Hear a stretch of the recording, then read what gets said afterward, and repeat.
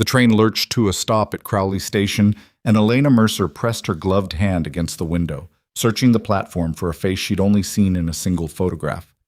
She didn't find it. What she found instead was dust, wind, and a collection of weather-beaten buildings that looked like they'd been dropped onto the Wyoming prairie by accident. The late August sun hammered down with a brutality she'd never experienced back in Philadelphia, where brick buildings and tree-lined streets offered mercy from the heat. Here, there was no mercy. "Crowley Station," the conductor called, moving through the car with practiced efficiency. 10-minute stop." Elena stood, smoothing the wrinkles from her navy traveling dress. Her hands trembled slightly, and she hated herself for it. She'd come too far to fall apart now. 6 weeks of letters. 3 conversations with her aunt about propriety and risk. 2 weeks of packing and saying goodbye to everything familiar. 1 photograph of a man with kind eyes who'd written about building a future together in the West. James Carwell. The name had become a prayer, a promise, a lifeline during the endless journey across half a continent. She gathered her carpet bag and stepped into the aisle, following the handful of other passengers toward the door. The heat hit her like a physical force the moment she emerged onto the platform. She squinted against the glare, scanning the faces around her. No James. "Watch yourself, miss." A grizzled man in dusty work clothes shouldered past her, tobacco juice staining his beard. Elena moved aside, heart beginning to pound. Perhaps James had been delayed. Perhaps he was arranging the wagon. Perhaps... "You Miss Mercer?" She turned to find a boy of perhaps 14, all elbows and sunburn, looking at her with something between curiosity and pity. Yes, I'm Elena Mercer. Are you... Did Mr. Carwell send you?" The boy shifted his weight, suddenly fascinated by his boots. "No, ma'am. Sheriff Dawson sent me. Said to fetch you to his office if you showed up." The bottom dropped out of Elena's stomach. "The sheriff? Why would—" "Best you just come along, ma'am." The boy wouldn't meet her eyes. "Your trunks will be safe at the station." Elena's mouth had gone dry. She followed the boy down the platform, acutely aware of the stares following her progress. 2 women in sunbonnets stopped their conversation to watch. A man loading supplies onto a wagon paused mid-lift, his expression carefully neutral. They already knew. Whatever had happened, the entire town already knew. Sheriff Dawson's office sat at the end of a dusty street lined with false-fronted buildings that promised more than they delivered. The boy held the door open, and Elena stepped into relative dimness. The sheriff stood behind a battered desk, a man in his 50s with silver in his mustache, and eyes that had seen too much of human nature to be surprised by any of it. "Miss Mercer," he gestured to a chair, "please, sit down." "Where's James Carwell?" Elena remained standing, her carpet bag clutched in both hands like a shield. "Where's the man I came here to marry?" Dawson sighed, the sound of a man who'd delivered bad news before and expected to deliver it again. "That's what I need to discuss with you, miss. James Carwell left Crowley 3 weeks ago, took the eastbound train in the middle of the night, left behind approximately $200 in debts and a mess of broken agreements." The words hit her in waves. 3 weeks. Debts. Gone. "That's not possible." Her voice sounded strange, distant. "I received a letter from him 2 weeks ago. He was preparing our home. He was—" "What you received, Miss Mercer, was a lie." Dawson's voice wasn't unkind, but it was firm. "James Carwell's been running that same game for years, apparently. Writes to women back east, promises marriage, convinces them to send money for travel arrangements or household goods. Sometimes he even has them show up, then finds a reason to delay the wedding while he bleeds them dry of whatever funds they have left." Elena's knees threatened to buckle. She sat down hard in the offered chair. "I never sent money. He never asked for—" "Then you're luckier than some." Dawson pulled a folder from his desk drawer. "But that doesn't change your situation. I've got 3 letters here from women asking about him. One came all the way from Ohio last year. When she ran out of money, he simply stopped coming around. She worked at the hotel for 6 months before she could afford passage home." The office walls seemed to be closing in. Elena focused on breathing, on maintaining some shred of dignity even as her entire world collapsed. "I see. Do you have family back east? Someone who could wire you funds for the return journey?" "No." The word came out harder than she intended. "My aunt helped me save for the journey here. She doesn't have resources for... Elena stopped, unwilling to admit the complete extent of her vulnerability to this stranger. I have $17. Dawson's expression shifted to something that might have been sympathy. That won't get you far. I'm aware. Elena straightened her spine, calling on every lesson in deportment her mother had drilled into her before dying of consumption 3 years ago. Is there work available in town? The hotel, perhaps, or... Miss Mercer. Dawson's voice carried a warning. I need to be direct with you. Your arrival has already caused talk. James Carwell's previous associations are well known. Fair or not, your reputation is compromised simply by having come here expecting to marry him. I haven't done anything wrong. Truth doesn't always matter out here. Perception does. He hesitated, then continued. The hotel won't hire you. Neither will the general store or the dressmaker. They'll say it's about positions being filled. But the real reason is that half the women in this town will refuse to patronize any establishment that employs you. The injustice of it stole her breath. So I'm to be punished for being deceived? I'm telling you how things are, not how they should be. Dawson closed the folder. I can give you the name of a charitable organization in Cheyenne. They help women in difficult circumstances. With your $17 and what I can spare from the discretionary fund, you might make it there. Charity. The word tasted like ash. Elena had watched her mother take charity after her father died, had seen the slow erosion of dignity that came with depending on others' mercy. She'd sworn she would never walk that path. But what choice did she have? Thank you, Sheriff. She stood, her legs steadier now. Shock was giving way to something colder, harder. I'll consider your suggestion. Miss Mercer. I said I'll consider it. She moved toward the door, then paused. Did he ever actually own a home, or was that also a fabrication? He rented a room above the saloon. Dawson's voice was quiet. I'm sorry. Elena stepped back into the brutal sunshine, and the heat felt appropriate now. Everything should burn. Everything should be as harsh as this moment felt. The boy who'd fetched her was nowhere in sight. She stood on the wooden sidewalk, carpetbag in hand, and felt the weight of curious stares from every direction. 2 women outside the general store whispered behind their hands. A man tipped his hat, but his eyes held speculation rather than respect. She'd traveled 1,600 miles to become a spectacle. The train that had brought her was already pulling away from the station, trailing black smoke across the endless sky. Elena watched it disappear, and for the first time since her mother's death, she felt the dangerous pressure of tears behind her eyes. But she didn't cry. She wouldn't give this town that satisfaction. Instead, she walked. She had no destination, just a need to move, to do something other than stand in the middle of the street, absorbing pity and judgment. Her feet carried her past the hotel, 3 stories of false grandeur, past the feed store and the blacksmith shop, where the ring of hammer on metal provided rhythm to her thoughts. The town gave way to open country faster than seemed possible. One moment she was surrounded by buildings. The next, she was standing at the edge of civilization, staring at grassland that rolled toward mountains so distant they looked like watercolors. Easy there! Elena jerked back as a horse and wagon appeared seemingly from nowhere. Her heel caught on a rut and she stumbled, catching herself against a hitching post with more force than grace. Didn't mean to startle you, ma'am. The man in the wagon had already pulled his team to a stop. He was perhaps 40, with weathered features and eyes the color of storm clouds. Dust covered his clothes, and the brim of his hat was sweat-stained from long use. You all right? I'm fine. Elena straightened, acutely aware that her hair had come loose from its pins, and her dress was already dusty from the unpaved streets. Thank you for your concern. He studied her with a directness that would have been rude in Philadelphia, but seemed natural here. You're the woman from the train. It wasn't a question. Of course he knew. Everyone knew. I am. She lifted her chin, daring him to offer pity. Instead, he surprised her. You eaten today?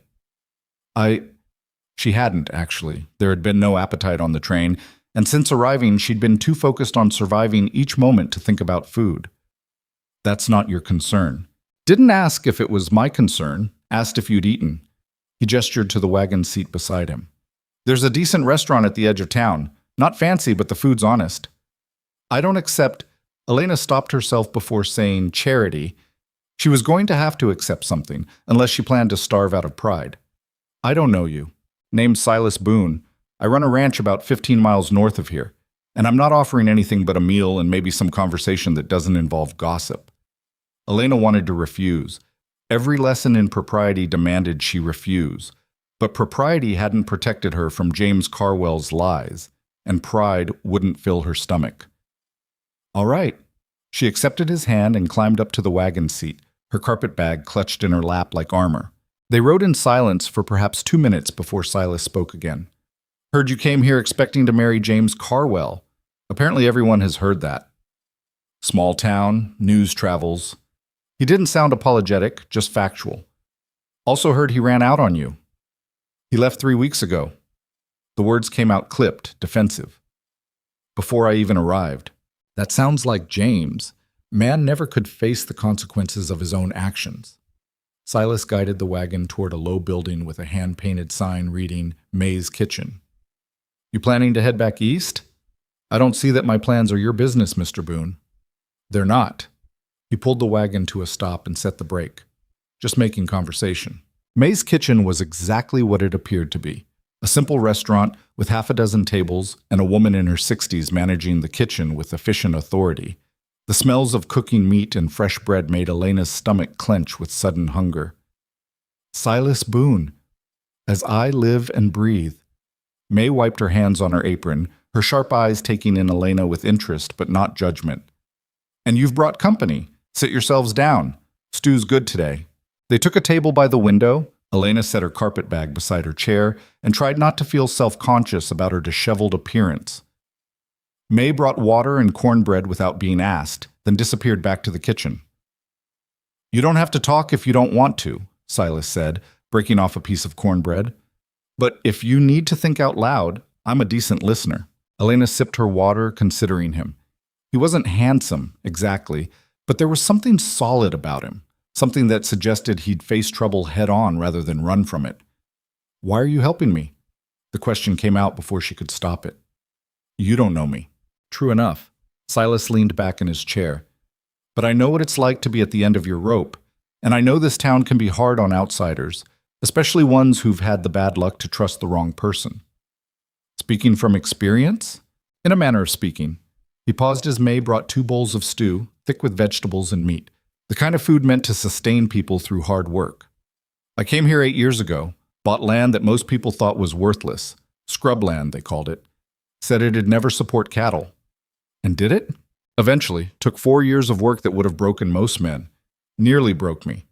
He ate methodically, not rushing. But I had something to prove. To myself more than anyone else. Elena tried the stew and had to suppress a sound of appreciation. It was the first truly good thing that had happened since she'd stepped off that train. Why are you telling me this? She asked. Because I figure you've got something to prove too.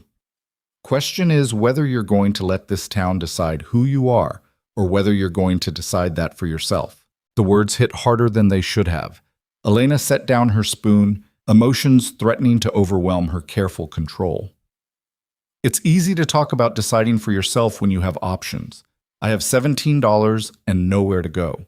The sheriff suggested I seek charity in Cheyenne. That appears to be the extent of my choices.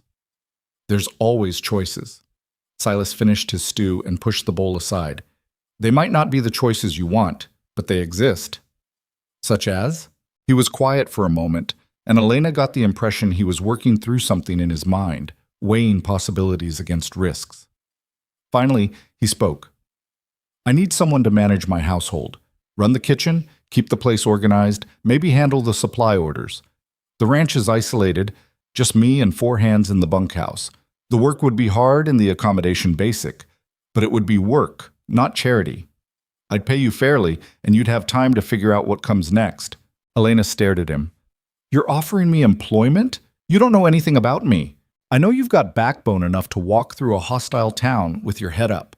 I know you're smart enough to be cautious of strangers, and I know you need an option that doesn't involve begging. He met her eyes steadily. I'm not offering marriage or anything improper, just work. There's a separate cabin on the property where you could stay. The arrangement would be temporary, until you save enough to move on or decide what you actually want to do. It was absurd, dangerous even. Every instinct of self-preservation screamed at her to refuse. But what was the alternative? Accept charity from strangers in Cheyenne? Try to find work in a town that had already judged her? Use her last few dollars to survive a few more weeks before desperation forced her into decisions even worse than this? Why would you do this? Elena asked. There must be plenty of women in Crowley who could use the work. There are, but they all have husbands or fathers who'd have opinions about them working at my ranch. You're free of that particular complication. He hesitated, then added, and maybe I figure you deserve a chance to make something of this disaster that's not your fault. May approached with coffee, glancing between them with knowing eyes. Don't mind me, just topping off cups and minding my own business. May's good at that, Silas said dryly. Years of practice. May poured coffee and retreated. Elena wrapped her hands around the warm cup, using the moment to think. Everything about this felt reckless. But hadn't she already been reckless? She'd come 1,600 miles to marry a man she'd never met. How much more dangerous could this actually be? I'd need to see the ranch first, she heard herself say, and I'd want the arrangement in writing, terms of employment, accommodation, and compensation. Something that might have been respect flickered in Silas's expression. That's reasonable. I need to pick up supplies before heading back. That'll take another hour or so. You could come out, look things over, and decide. If you don't like what you see, I'll bring you back to town before nightfall. It wasn't much of a guarantee, but it was something, and it was more than anyone else had offered.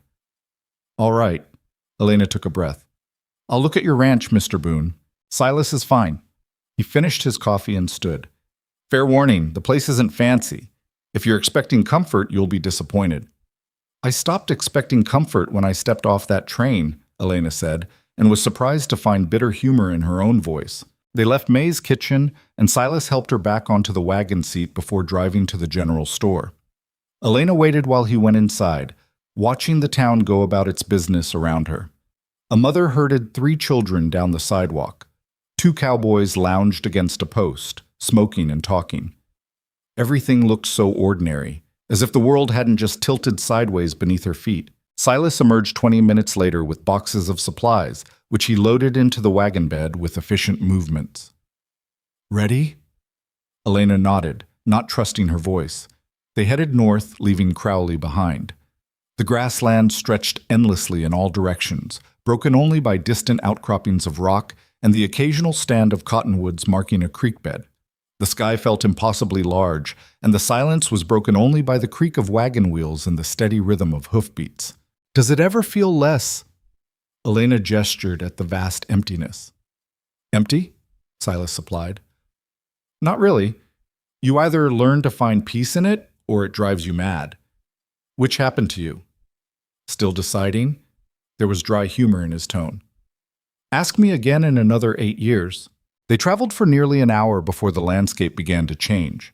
The flat grassland gave way to rolling hills, and Elena spotted cattle grazing in the distance. Then, nestled in a shallow valley, with a creek running beside it, she saw the ranch. It wasn't impressive. The main house was a simple structure of log and board, single-story and practical. Beyond it stood a barn, a bunkhouse, several corrals, and a smaller cabin that looked like it might have been storage once upon a time. Everything was well-maintained but weathered, built for function rather than beauty. This is Iron Ridge, Silas said, pulling the wagon to a stop. Named for the ridge behind the property. Iron ore deposits, though I've never had reason to mine them. Elena climbed down, boots hitting dusty earth. The afternoon sun painted everything gold, and the sound of the creek provided a counterpoint to the wind moving through grass. It was isolated, remote. Nothing like the life she'd imagined for herself. But it was honest. That much was clear. Whatever else Silas Boon might be, he hadn't lied about the ranch being basic. The cabin's this way. Silas led her past the main house to the smaller structure. He pushed open the door, and Elena stepped inside. It was a single room, perhaps 12 feet square. A narrow bed stood against one wall, a small table and chair against another. A cast-iron stove occupied one corner, and a single window looked out toward the creek. The space smelled of dust and disuse, but it was clean. Blessedly clean. It's not much, Silas said from the doorway. But it's sturdy, stove works, roof doesn't leak, and you'd have privacy. Elena set her carpet bag on the table and turned in a slow circle. The cabin was smaller than the bedroom she'd had in Philadelphia, but it was hers, or could be, temporarily. "What exactly would my duties include?" she asked. "Cooking for me and the hands. That's 4 men, usually. Keeping the main house organized, which mostly means making sure it doesn't fall into complete chaos. Managing supplies and putting together order lists. Maybe some mending if you can sew. Beyond that, whatever you're willing to take on, though I won't ask for more than 8 hours of work a day. And the compensation? $30 a month plus room and board." It wasn't generous, but it wasn't insulting either.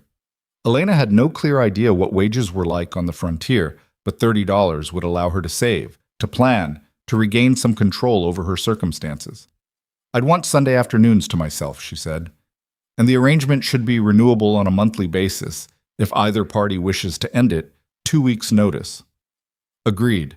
Silas pulled a small notebook and pencil from his pocket. "I'll write it out now if you want." He did, in surprisingly neat handwriting. The terms were simple and clear. Elena read it twice, looking for traps or implications, but found nothing beyond what they'd discussed. "If you want to think it over," Silas began. "I accept." Elena took the pencil he offered and signed her name. "When would you like me to start?" "Tomorrow morning. I'll take you back to town tonight to collect your trunks, and you can settle in this evening." It was happening too fast. Part of Elena wanted to slow down, to consider every angle, to protect herself from making another catastrophic mistake. But the larger part, the part that had brought her west in the first place, knew that overthinking was a luxury she couldn't afford. "All right." She extended her hand, and after a moment's surprise, Silas shook it. His grip was firm, calloused from work, and somehow steadying. "Thank you, Mr. Boon. Silas, don't thank me yet." He released her hand and stepped back. "Working a ranch isn't easy. You might hate it in a week." "I might." Elena looked around the cabin again, at the simple furniture and the bare walls and the single window that let in light. But it's better than the alternatives. The ride back to Crowley was quieter, each of them lost in thought. Elena's mind raced with everything she'd committed to. She was going to live on an isolated ranch with 5 men she didn't know. She was going to learn skills she'd never needed in the city. She was going to start over with nothing but determination and $30 a month. It should have terrified her. Instead, she felt something unfamiliar, possibility. They collected her trunks from the station, where the clerk's eyebrows rose at the sight of Silas loading them into his wagon. More gossip, Elena thought, more speculation. Let them talk. In a few hours, she'd be beyond the reach of their whispers. The sun was setting by the time they returned to Iron Ridge. Silas carried her trunks to the cabin while Elena lit the oil lamp on the table. In its warm glow, the space looked almost welcoming. "Kitchen's in the main house," Silas said from the doorway. "Come over whenever you're ready tomorrow. No need to be early. Morning's soon enough." "I'll be there at 6. Suit yourself." He tipped his hat. "Sleep well, Miss Mercer." "Elena," she said. "If we're going to work together, you should call me Elena." "Elena, then." He nodded and left, his footsteps fading across the yard. Alone, Elena sank onto the bed and stared at her hands. They were trembling again, but not from fear this time. From exhaustion. From relief. From the sheer overwhelming weight of everything that had happened in a single day. This morning she'd been on a train approaching her future.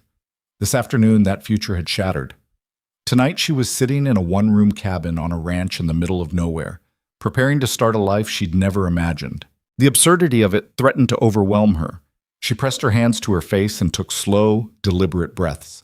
She would not cry. She would not collapse. She would not give up. Tomorrow she would learn to cook for ranch hands. She would figure out how to manage a frontier household. She would prove that Elena Mercer wasn't a woman who broke under pressure. And eventually, somehow, she would build something from the ruins James Carwell had left behind. The lamp flickered, casting dancing shadows on the walls. Through the window she could see stars beginning to emerge in a sky unobscured by city lights. They were brighter here, clearer, countless points of light in an endless darkness. Elena unpacked her trunks by lamplight, hanging her few good dresses on pegs along the wall and folding her undergarments into the small dresser. She set her mother's cameo brooch on the table, her one piece of real jewelry, the last thing she had of home. When everything was arranged, she changed into her nightgown and crawled beneath the thin blanket. The mattress was harder than she was used to, and the sounds of the ranch at night were strange. The distant lowing of cattle, the creek's steady murmur, the wind against the cabin walls. But she'd survived worse today than an uncomfortable bed. Sleep, when it came, was heavy and dreamless. And when the first light of dawn crept through her window, Elena Mercer rose to face her new life on the frontier. The rooster's crow dragged Elena from sleep before the sun had fully cleared the horizon. She lay still for a moment, disoriented by the unfamiliar ceiling and the sounds filtering through the cabin walls. Men's voices, the clang of metal on metal, horses moving in the corral. Then memory crashed back. The train. James Carwell's abandonment. This ranch, this cabin, this improbable arrangement she'd agreed to in a moment of desperation. She pushed herself upright, her body protesting. The narrow bed had been harder than she'd realized, and her muscles ached from yesterday's tension. But there was no time to dwell on discomfort. She'd told Silas she'd be at the main house by 6, and she wouldn't start this new life by breaking her word. Elena dressed quickly in one of her simpler day dresses, dark green cotton that wouldn't show dirt as readily as her nicer clothes. She twisted her hair into a practical bun, splashed cold water from the basin on her face, and stepped out into the morning. The ranch was already awake. 2 men were working near the barn, and she could see another figure on horseback heading toward the distant hills. The air carried the smell of wood smoke and something else. Manure, she realized, wrinkling her nose. That was going to take some getting used to. The main house door stood slightly ajar. Elena knocked anyway, waiting for permission to enter. "It's open," Silas's voice called from inside. She pushed through into a single large room that served as kitchen, dining area, and sitting space all at once. A massive stone fireplace dominated one wall, and a cast-iron stove stood in the kitchen corner. The furniture was rough, but well made. A long table with benches, a few chairs, shelves lined with supplies and equipment. What struck her most was the disorder. Dishes were stacked haphazardly near a wash basin. Papers and ledgers covered one end of the table. Dust coated every surface, and the floor needed sweeping desperately. Silas stood by the stove, attempting to manage a coffee pot that was threatening to boil over. He looked up as she entered, and something like relief crossed his face. "Morning. Coffee's nearly ready, if you want some." "Thank you." Elena set her shawl on a chair and surveyed the kitchen more carefully. "When did you last have someone managing the household?" "About 2 years ago. Had a woman from town come out weekly for a while, but that arrangement ended." He poured coffee into 2 tin cups, the liquid dark as creek mud. "We've been making do since then." Making do was generous. Elena accepted the coffee and took a cautious sip. It was strong enough to strip paint, but at least it was hot. "Where do you keep the cleaning supplies?" Silas gestured toward a cupboard. "Most of it's there. Brooms by the door." Elena set down her coffee and rolled up her sleeves. The cupboard revealed soap, rags, a scrub brush, and a few other basics. Not much, but enough to start. "The men will be wanting breakfast soon," Silas said, watching her with an expression she couldn't quite read. "Usually it's just bacon and bread, nothing fancy." "Where's the bacon?" He showed her the smokehouse behind the main building, a small structure where meat hung from hooks in the cool darkness. Elena had never actually handled raw bacon before, but she'd watched her mother cook often enough. Surely she could manage. She couldn't. The first attempt at slicing resulted in pieces that were either too thick or so thin they fell apart. The cast iron pan was heavier than she expected, and getting the fire in the stove to the right temperature proved nearly impossible. By the time the first batch of bacon hit the pan, it was already later than she'd intended, and the meat cooked unevenly. Some pieces burned while others remained flabby and pale. "Need help?" Silas appeared at her elbow, and Elena barely suppressed a startled jump.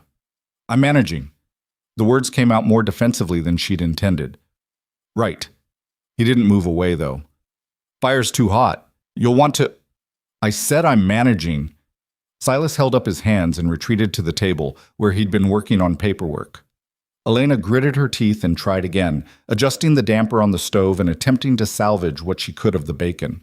By the time she had something resembling a meal ready, 3 ranch hands had filed into the house, drawn by the smell of burning meat and possibly by curiosity about the new arrival.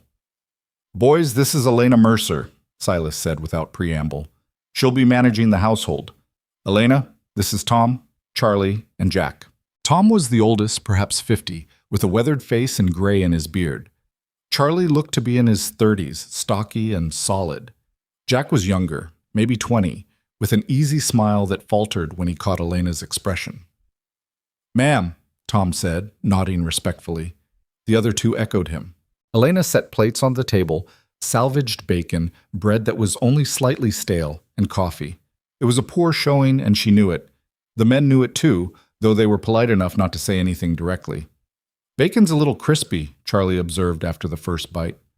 "It's charcoal," Jack muttered, then flushed when Tom kicked him under the table. Elena felt heat rising in her cheeks. "I apologize. I'm still learning the stove." "First day is always rough," Tom said diplomatically. "I remember when Silas first tried cooking, nearly burned down the bunkhouse." "That was different," Silas protested. "I was working with an open fire and—" "You set your own sleeve on fire," Tom interrupted, grinning. "Had to dunk your whole arm in the water trough." Despite herself, Elena felt some of the tension ease from her shoulders. These men weren't judging her exactly. They were just hungry and stating facts.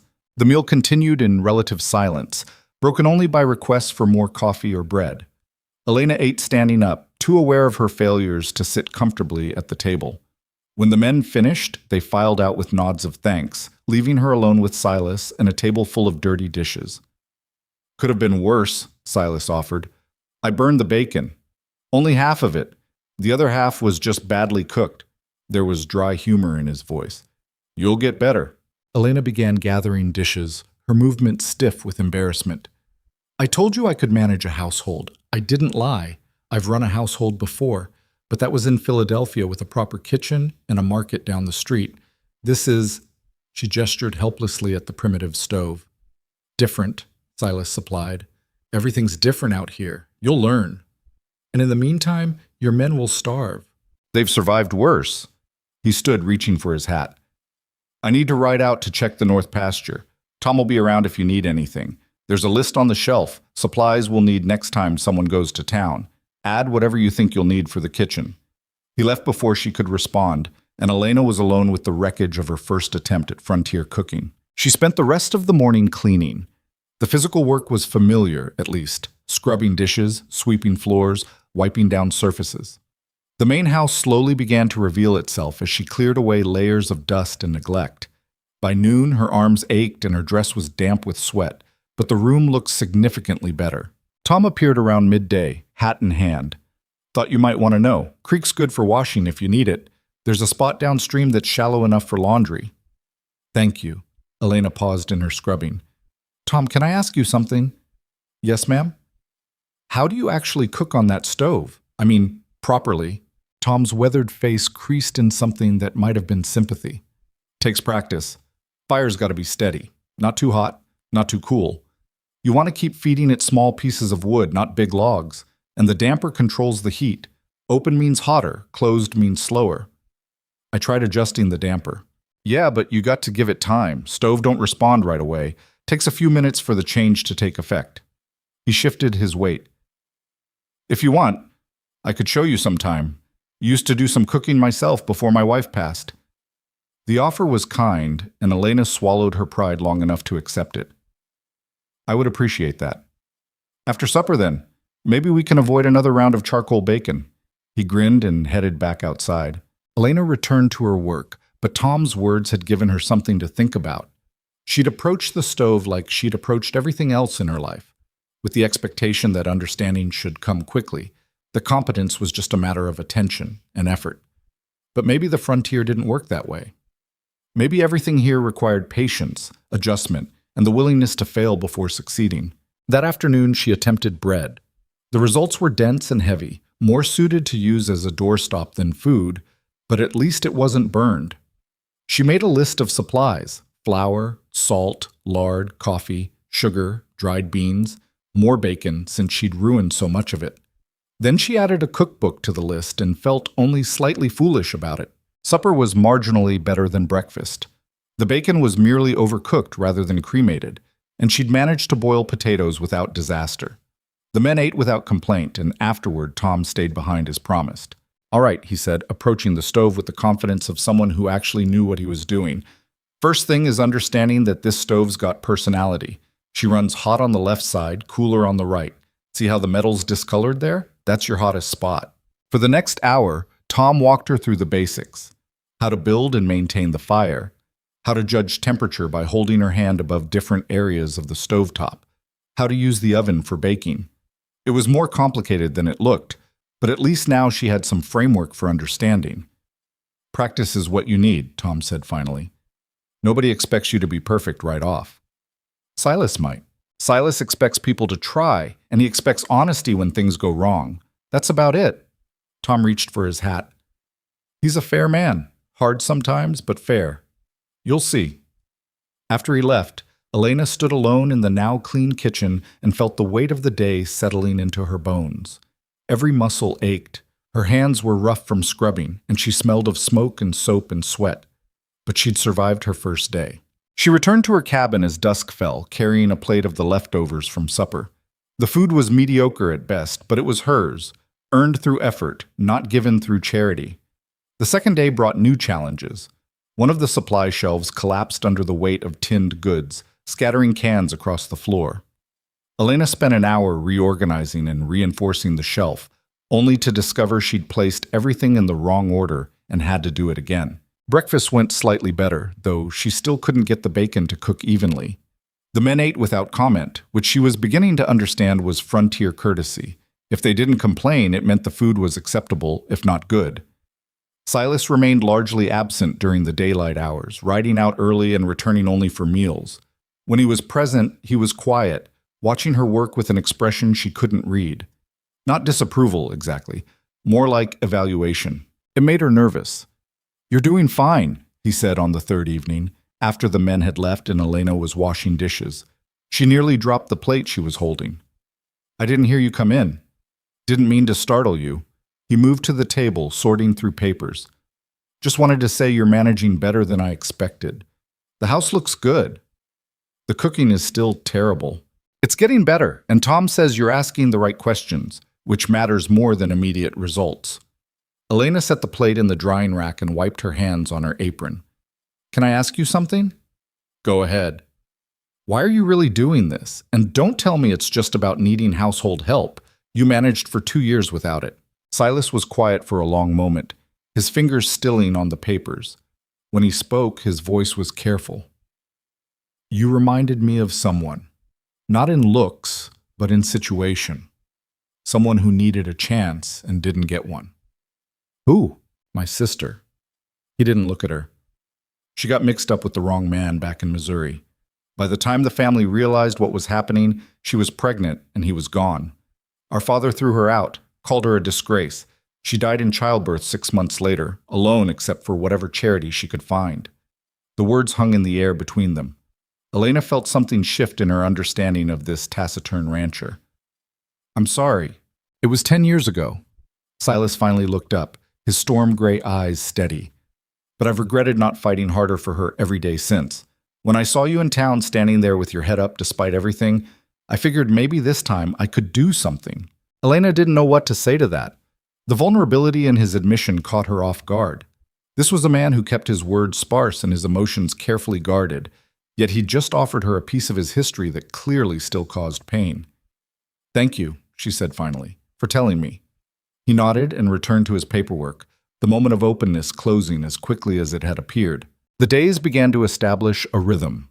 Elena woke before dawn, managed breakfast with gradually improving results, spent her mornings cleaning and organizing, prepared the midday meal, and used her afternoons to tackle larger projects, mending clothes, organizing supplies, learning to bake bread that didn't require a saw to slice. The ranch hands slowly warmed to her presence. Tom continued offering cooking advice. Charlie taught her which plants near the creek were edible and which would make her sick. Even young Jack, initially shy, started leaving her wildflowers on the cabin doorstep, a gesture so sweet and awkward that Elena didn't have the heart to discourage it. Silas remained more distant, though she began to understand it wasn't coldness so much as habit. He'd spent years living with minimal human connection, and casual conversation didn't come naturally to him. But sometimes in the evenings after the men had left, They'd sit at the long table with coffee, and he'd share bits of information. How he'd saved for years to buy this land. The first brutal winter when he'd nearly lost everything. The satisfaction of seeing his cattle herd grow from a dozen head to over 200. "You love it," Elena observed one evening. "The ranch, I mean. The work. It's mine." Silas turned his coffee cup in his hands. "Nobody can take it from me or tell me how to run it. After spending years following other people's orders, that matters." "You were in the army?" "Frontier scout, 7 years tracking through territory where every rock could hide someone waiting to kill you. Good training for ranching, as it turns out. Same level of constant vigilance." Elena smiled despite herself. "You make it sound so appealing. It's honest work." "That's appeal enough for some of us." 2 weeks into her employment, Elena made her first trip back to Crowley. Silas needed to meet with the bank about a loan extension, and she needed supplies that couldn't be ordered through the general store. She'd been dreading it, facing the town again, dealing with the stares and whispers she'd fled. But when they arrived, something unexpected happened. The first person to greet her was May, the restaurant owner, who smiled warmly and asked how she was settling in. "Heard you're working out at Iron Ridge," May said. "That's good. Silas needs someone with sense keeping that place in order." Then Mrs. Henderson from the dress shop nodded to her on the street. Not friendly, exactly, but not hostile either.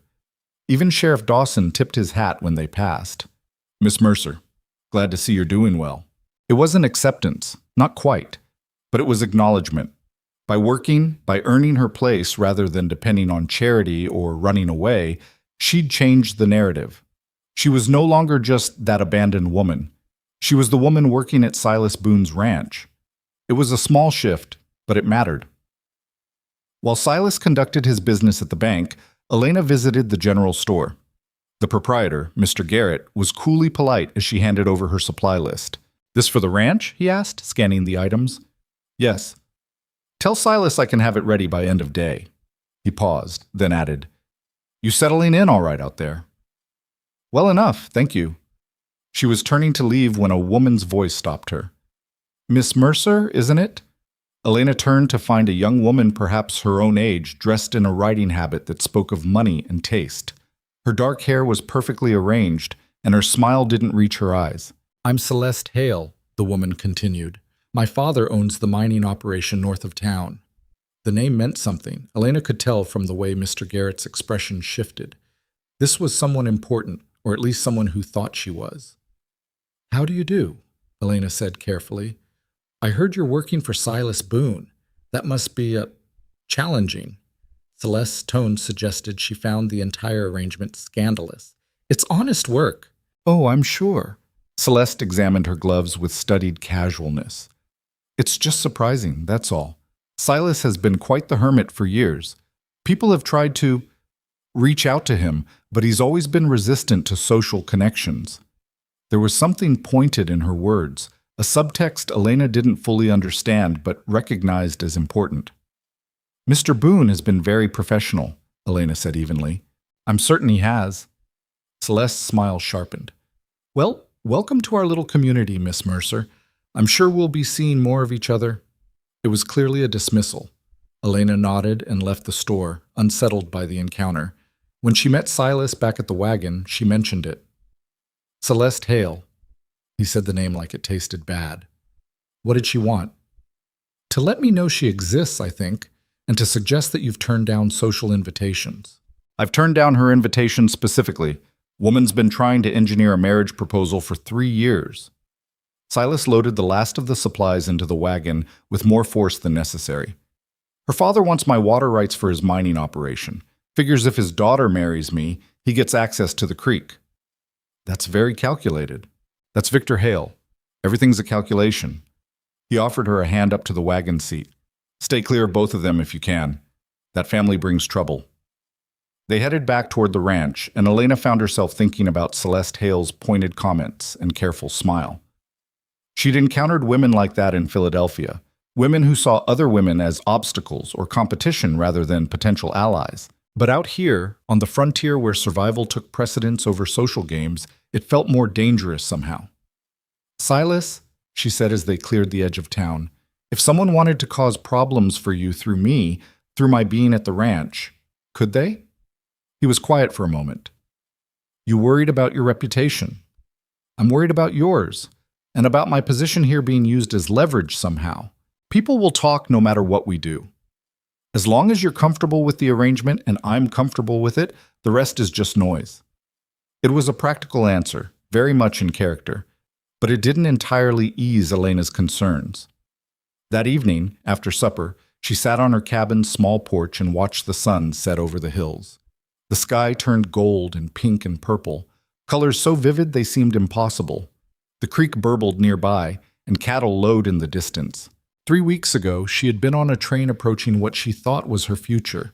That future had shattered, but something else had emerged from the wreckage. She was learning skills she'd never expected to need. She was finding strength she hadn't known she possessed, and she was beginning to understand that maybe, just maybe, being abandoned by James Carwell was the best thing that could have happened to her. The thought felt disloyal somehow, as if acknowledging it meant admitting she'd been foolish to hope for something different. But it was also honest. She'd come west expecting to be someone's wife, to build a life in someone else's shadow. Instead, she was building something of her own. The following days brought their own challenges. A sudden storm rolled through, and Elena spent a frantic hour helping Silas and the men secure equipment and move cattle to shelter. She got soaked to the skin and learned that Wyoming storms came fast and hit hard. The ranch house leaked in 2 places. She spent the next morning positioning buckets and helping Tom patch the roof. Terrifying work that involved climbing a ladder and trying not to look down. One of the hands got kicked by a horse and needed bandaging. Elena discovered she had a steadier stomach for blood than she'd expected, wrapping the man's leg with competence, if not grace. Each challenge felt like a test, and each one she passed added another thin layer of confidence. A month after her arrival, Elena finally produced a breakfast that earned actual compliments. The bacon was properly cooked, the biscuits were light, and the coffee was strong without being lethal. Now that's more like it, Charlie said, reaching for a 3rd biscuit. Best meal we've had in years, Tom agreed.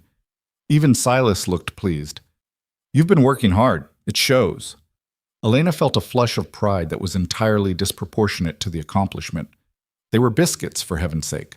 But they were her biscuits, made in a kitchen she was beginning to understand, for men who appreciated the effort. That afternoon, Silas found her in the garden plot behind the house, attempting to coax some late-season vegetables from the ground. Need to talk to you about something, he said. Elena sat back on her heels, wiping dirt from her hands. All right. I'm heading to Cheyenne next week. Business with the cattle broker. Normally I'd take Tom, but I need him here to manage things. He paused. I was thinking you might want to come along. See the city, handle the supply shopping directly instead of working from lists. How long would we be gone? 3 days, probably. 2 for travel, 1 for business. It was a test of some kind, Elena realized. A question about whether she was comfortable traveling with him, whether the arrangement between them had shifted into something that could accommodate that kind of trust. I'd like that, she said. I'll need to prepare extra meals for the men, but yes, I'd like to come. Something in Silas's expression eased. Good. We'll leave Monday morning. He started to walk away, then turned back. Elena, you've done well here. Better than I expected. Just wanted you to know that. He left before she could respond, but the words stayed with her for the rest of the day. The trip to Cheyenne was everything the journey to Crowley hadn't been. Instead of approaching unknown futures, Elena was traveling with purpose. Instead of fear, she felt curiosity. Cheyenne was larger than Crowley, more established, with actual paved streets and buildings that looked permanent rather than temporary. Silas conducted his business with efficient professionalism, and Elena spent her time in the markets, learning what was available and how to judge quality. They stayed in separate rooms at a modest hotel, maintaining perfect propriety.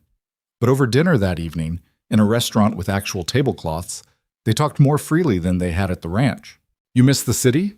Silas asked. Elena considered the question honestly. Parts of it. The convenience, mostly. Being able to buy what you need rather than making do. But I don't miss the constraints, the constant judgment, the narrow definitions of what was acceptable for a woman to do or be. And the frontier's better? The frontier doesn't care what I'm supposed to be. It only cares about what I can actually do. She paused, That's liberating in a way I didn't expect. Silas nodded slowly. That's why I stayed.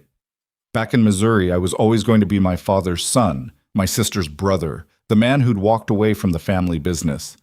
Out here, I'm just myself. Do you ever regret it? Every winter, he said with dry humor. And then spring comes, and I remember why I'm here. They returned to the ranch 2 days later, and Elena realized she'd missed it. Missed the space and the quiet and even the challenges. Iron Ridge was starting to feel less like a temporary stop and more like something else. She didn't examine that feeling too closely. Not yet. But it was there, growing stronger with each passing day. October arrived with a cold snap that caught everyone off guard. Elena woke one morning to find frost on the cabin window, delicate patterns that disappeared under her fingertips. She dressed in layers, wrapping her shawl tight before venturing to the main house. The kitchen was already warm when she arrived, Silas having started the fire earlier than usual. He looked up from his coffee, and something in his expression made her pause.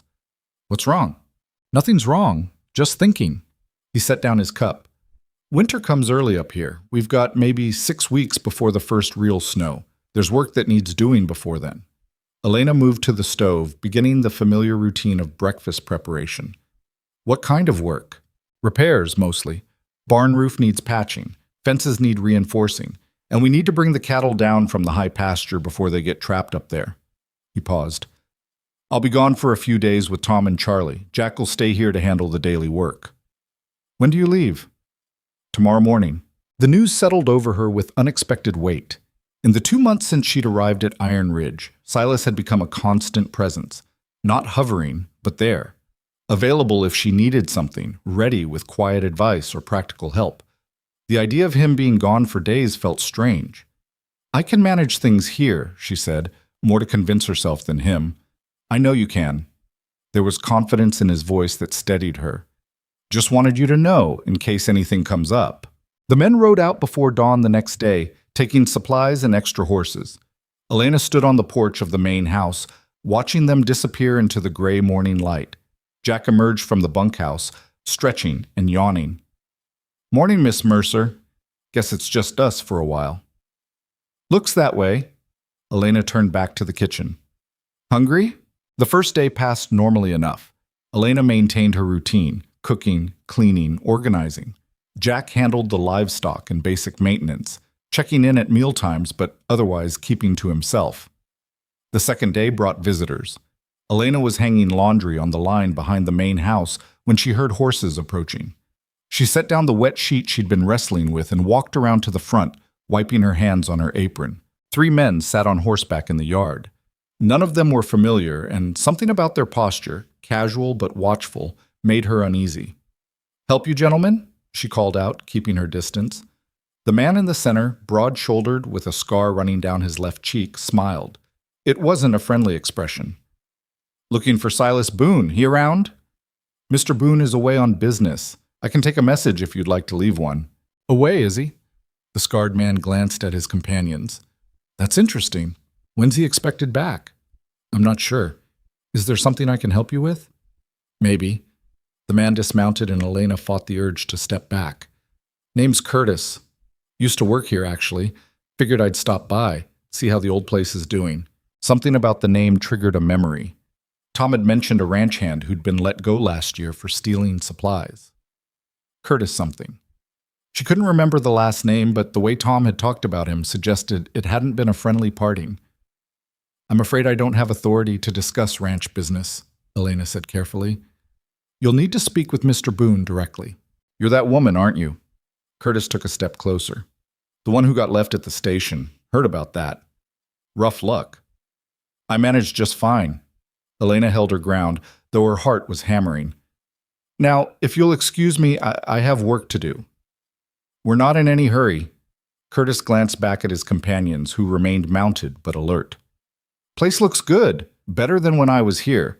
Old Silas finally found someone to keep house for him. Must be nice, having a woman around. The insinuation in his tone was clear and deliberate. Elena felt heat rising in her cheeks, not from embarrassment, but from anger. You need to leave. Or what? You going to make us? Curtis laughed, but there was no humor in it. Where's that kid who works here? Jack, right? I'm here. Jack emerged from the barn, rifle in hand. His voice was steady despite his youth. And I think the lady asked you to leave. The tension in the yard shifted. Curtis's smile faded, replaced by something harder. Easy, boy. We're just having a conversation. Conversation's over.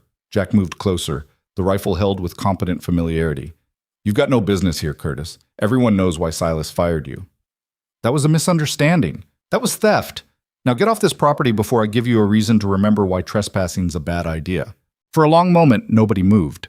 Elena could hear her own pulse in her ears, could see the calculation in Curtis's expression as he weighed his options. Finally, he stepped back and remounted his horse.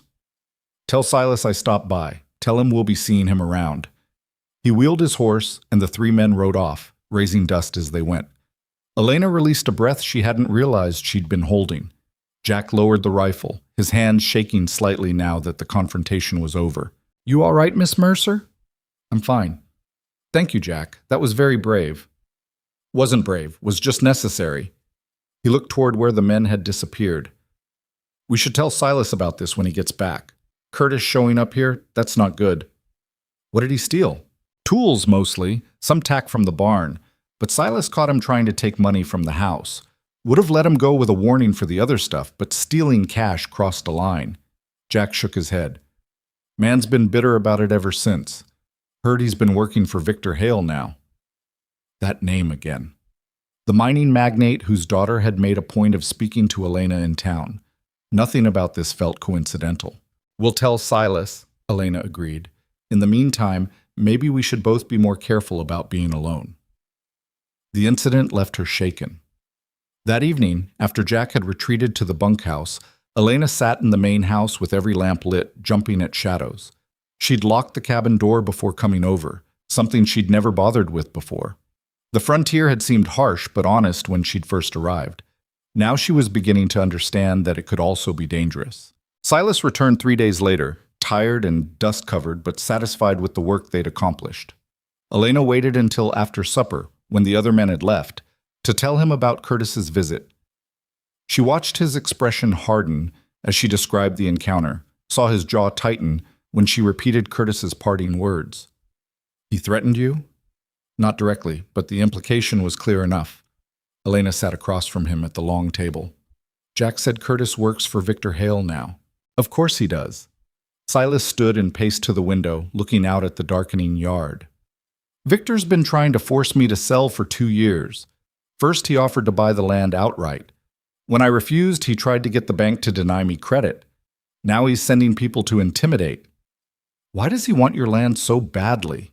The creek. His mining operation needs water, and Iron Ridge controls the best water source in the region. If he could divert the creek, he could expand his operation significantly. Silas turned back to face her. But I'm not selling. This ranch is mine, and no amount of pressure is going to change that. There was steel in his voice, a hardness Elena hadn't heard before. This was the frontier scout Tom had mentioned, the man who'd spent years in dangerous territory. That past hadn't disappeared. It had just been buried under the daily work of ranching. What do we do? She asked. We stay alert.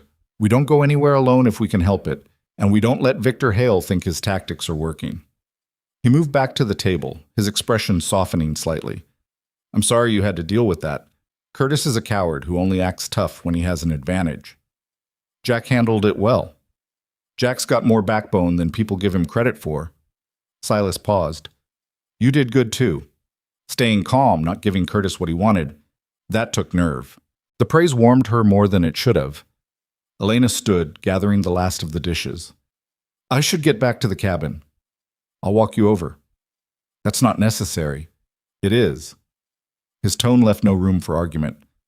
From now on, until this situation with Victor settles, nobody goes anywhere alone after dark. That includes you. They walked across the yard together, the night air cold enough to see their breath.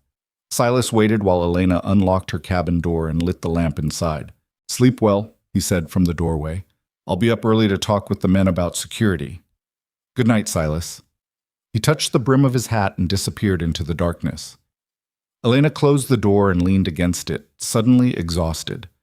The sense of safety she'd built over the past 2 months felt fragile now, threatened by forces she didn't fully understand. But she wasn't leaving. That thought surprised her with its certainty. Whatever was coming, she would face it here. The next week brought an uneasy peace. Silas and the men took turns keeping watch at night. Jack taught Elena how to load and fire a rifle, terrifying work that left her ears ringing and her shoulder bruised from the recoil. But by the end of the week, she could hit a target at 30 feet, and knowing she could defend herself if necessary helped ease some of the anxiety. Then Victor Hale himself appeared. Elena was in town with Tom, handling the weekly supply run, when a carriage pulled up beside their wagon. The man who stepped out was perhaps 60, well-dressed in a way that seemed calculated to impress. His silver hair was perfectly groomed, his mustache waxed, his eyes sharp with intelligence and something less pleasant. "You must be Miss Mercer," he said, smiling in a way that reminded Elena of a snake. "I'm Victor Hale. I believe you've met my daughter." "Mr. Hale." Elena remained in the wagon seat, forcing him to look up at her. Small advantage, but she'd take it. "I wanted to introduce myself properly. Welcome you to our community." He paused, his smile not wavering. "I understand you're working for Silas Boon." "I am." "How interesting. Silas has always been so independent. It's good to see him finally accepting help." Victor's tone suggested he found nothing good about it at all. "I hope he's treating you well. Mr. Boon has been entirely professional and fair." "I'm delighted to hear it." Victor glanced at Tom, who was loading supplies with studied indifference. "You know, Miss Mercer, if you ever find yourself in need of alternative employment, my household is always looking for capable staff. I'd pay considerably more than Silas can afford." The offer hung in the air, seemingly generous but carrying clear subtext. Victor wasn't interested in hiring her. He was interested in creating problems for Silas. "Thank you for the offer, but I'm quite satisfied with my current position." Elena kept her voice level and polite. "Now, if you'll excuse me, we have a long ride back." "Of course. Good day, Miss Mercer." Victor tipped his hat and returned to his carriage, but not before Elena caught the flash of calculation in his eyes. Tom didn't speak until they'd left town behind. That was Victor making sure you know he's aware of you, making sure you understand he could cause problems if he wanted to. "I gathered that." Elena watched the landscape roll past. "Does he really think I'd betray Silas for a higher salary?" "He thinks everyone has a price. That's how men like him operate." Tom flicked the reins, encouraging the horses to move faster. "But he's wrong more often than he realizes. Not everything's for sale." When they returned to the ranch, Elena told Silas about the encounter. His expression darkened, but he simply nodded. "Victor's testing you, seeing if you can be turned or intimidated. The fact that he approached you directly means he sees you as important to the ranch." "I cook and clean." "How is that important?" "You bring stability. You make this place feel like a home instead of just a work camp." Silas met her eyes. "That matters more than you think. Men work harder when they have something worth protecting." The words caught Elena off guard. She thought of herself as hired help, temporary, and ultimately replaceable. But Silas was suggesting something different, that her presence had changed the ranch itself. "I didn't realize," she said quietly. "I know. That's part of why it works." November arrived with the first real snow. Not the dusting they'd had in October, but a proper storm that dropped 6 inches overnight and trapped them all at the ranch for 2 days. Elena had never seen so much snow, had never experienced the particular silence that came with it. She spent the time baking, filling the kitchen with warmth and the smell of bread and cinnamon. The men played cards in the evening, their voices a comfortable rumble in the background while she worked on mending. Silas sat at the end of the table, updating his ledgers by lamplight. Occasionally their eyes would meet, and something would pass between them. Not words, just acknowledgement. Recognition. Elena found herself noticing small things, the way he rolled his shoulders when his back was tired, the slight smile that appeared when Jack told a particularly bad joke, the care he took with his tools and equipment, maintaining everything with patient thoroughness. She was also aware that she thought about him more than was probably wise, that she looked forward to their evening conversations over coffee, that his good opinion mattered to her in ways that had nothing to do with employment. It was dangerous territory, and she knew it. The snow melted and work resumed. But something had shifted during those close days of enforced proximity. The easy comfort between them had deepened into something more complex. Elena tried to ignore it. She wasn't entirely successful. One evening in mid-November, Silas knocked on her cabin door after supper. Elena opened it to find him holding something wrapped in cloth. "What's this?" "Look at it." She unwrapped the cloth to reveal a book, a real book, bound in leather with gold lettering on the spine. Pride and Prejudice. "I noticed you looking at the books in the main house," Silas said, his voice carefully casual. "Figured you might want something of your own to read." Elena stared at the book, then at him. Books weren't cheap, especially out here. This was a gift, and a thoughtful one. "Silas, I can't." "You can, and you will. Consider it a bonus for not poisoning us with your early attempts at cooking." He smiled, and it transformed his usually serious face. "You've earned it." She wanted to argue, to maintain professional distance, to protect herself from feeling things she shouldn't feel. Instead, she said, "Thank you. It's perfect. Good." He stepped back, clearly ready to leave. "Sleep well, Elena." "Good night." She closed the door and stood there holding the book, feeling the weight of it in her hands. It was just a book. A simple, generous gesture from an employer to an employee, but it felt like more. And that was the problem. The following Sunday, Elena took her afternoon off and rode into town. She'd been practicing with one of the older mares, and while she wasn't graceful, she could at least stay mounted and direct the horse where she wanted to go. She told herself she was going for supplies. In reality, she needed distance from the ranch, from Silas, from the growing confusion of her own feelings. May's kitchen was open, and Elena stopped in for coffee and conversation. May had a gift for extracting information without seeming intrusive, and within 20 minutes, Elena found herself talking about the ranch, the work, and carefully not talking about Silas. "He's a good man," May said, refilling Elena's cup. "Wouldn't have survived out here if he wasn't, but he's been alone a long time. Probably doesn't know quite what to do with having someone around who sees him as a person instead of just a customer or an employer." "I'm just his housekeeper." "Sure you are." May's tone suggested she wasn't fooled for a second.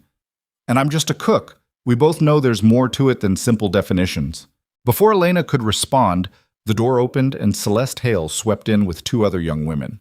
Her eyes found Elena immediately, and something calculating flickered across her expression. "Miss Mercer, how unexpected to see you here." Celeste approached, her companions flanking her like ladies in waiting. "I thought you spent all your time at that ranch." "I have Sunday afternoons free." "How fortunate." Celeste sat down at Elena's table uninvited, forcing Elena to either accept the company or make a scene by leaving. "We were just discussing the Christmas social. It's the event of the season. Everyone who matters will be there. Tell me, does Silas plan to attend?" "I wouldn't know. We don't discuss his social calendar." "Of course not. Why would you?" But Celeste's smile suggested she didn't believe that. "It would be lovely to see him there. He's refused every invitation for years, but perhaps this year will be different." The implication was clear. Celeste thought Elena's presence at the ranch might influence Silas's decisions, and she wanted Elena to know she was paying attention. "I'm sure Mr. Boon makes his own choices about such things," Elena said evenly. "Naturally." Celeste stood, having accomplished whatever she'd intended. "Enjoy your coffee, Miss Mercer. It must be so nice to have these little escapes from ranch life." She swept out with her entourage, leaving Elena feeling like she'd just been warned about something without quite understanding the threat. May appeared with the coffee pot, her expression sympathetic. "That girl's been chasing Silas for years. Doesn't take kindly to competition." "I'm not competition. I'm an employee." "Keep telling yourself that, honey. Maybe eventually it'll be true." Elena paid for her coffee and left, May's words echoing in her head. She rode back to the ranch as afternoon faded into evening, trying to sort through her tangled thoughts. She wasn't competing for Silas's attention. She wasn't trying to be anything more than what they'd agreed upon. But somewhere along the way, the careful boundaries between employer and employee had started to blur, and she had no idea what to do about it. When she reached the ranch, Silas was in the corral working with a young horse. He looked up as she approached, and his expression shifted to something like relief. "Was starting to worry.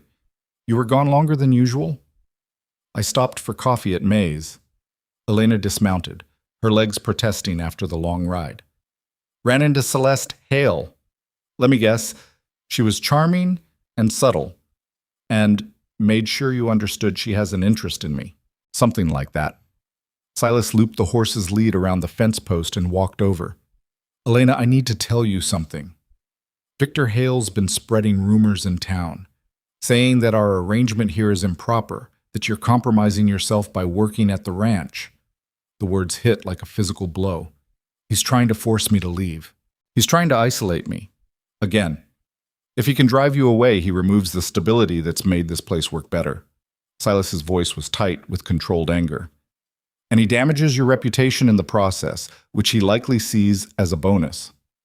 What do we do? We ignore it.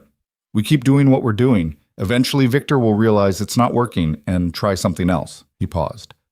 Unless you want to leave. I'd understand if you did. This isn't what you signed on for.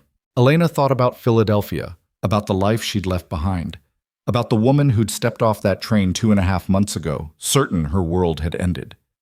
That woman wouldn't have known what to do with hostile landowners and frontier politics. But the woman she'd become, the one who could cook for ranch hands and fire a rifle and face down trouble without flinching, that woman knew exactly what she wanted. I'm not leaving, she said firmly. Victor Hale can spread all the rumors he wants.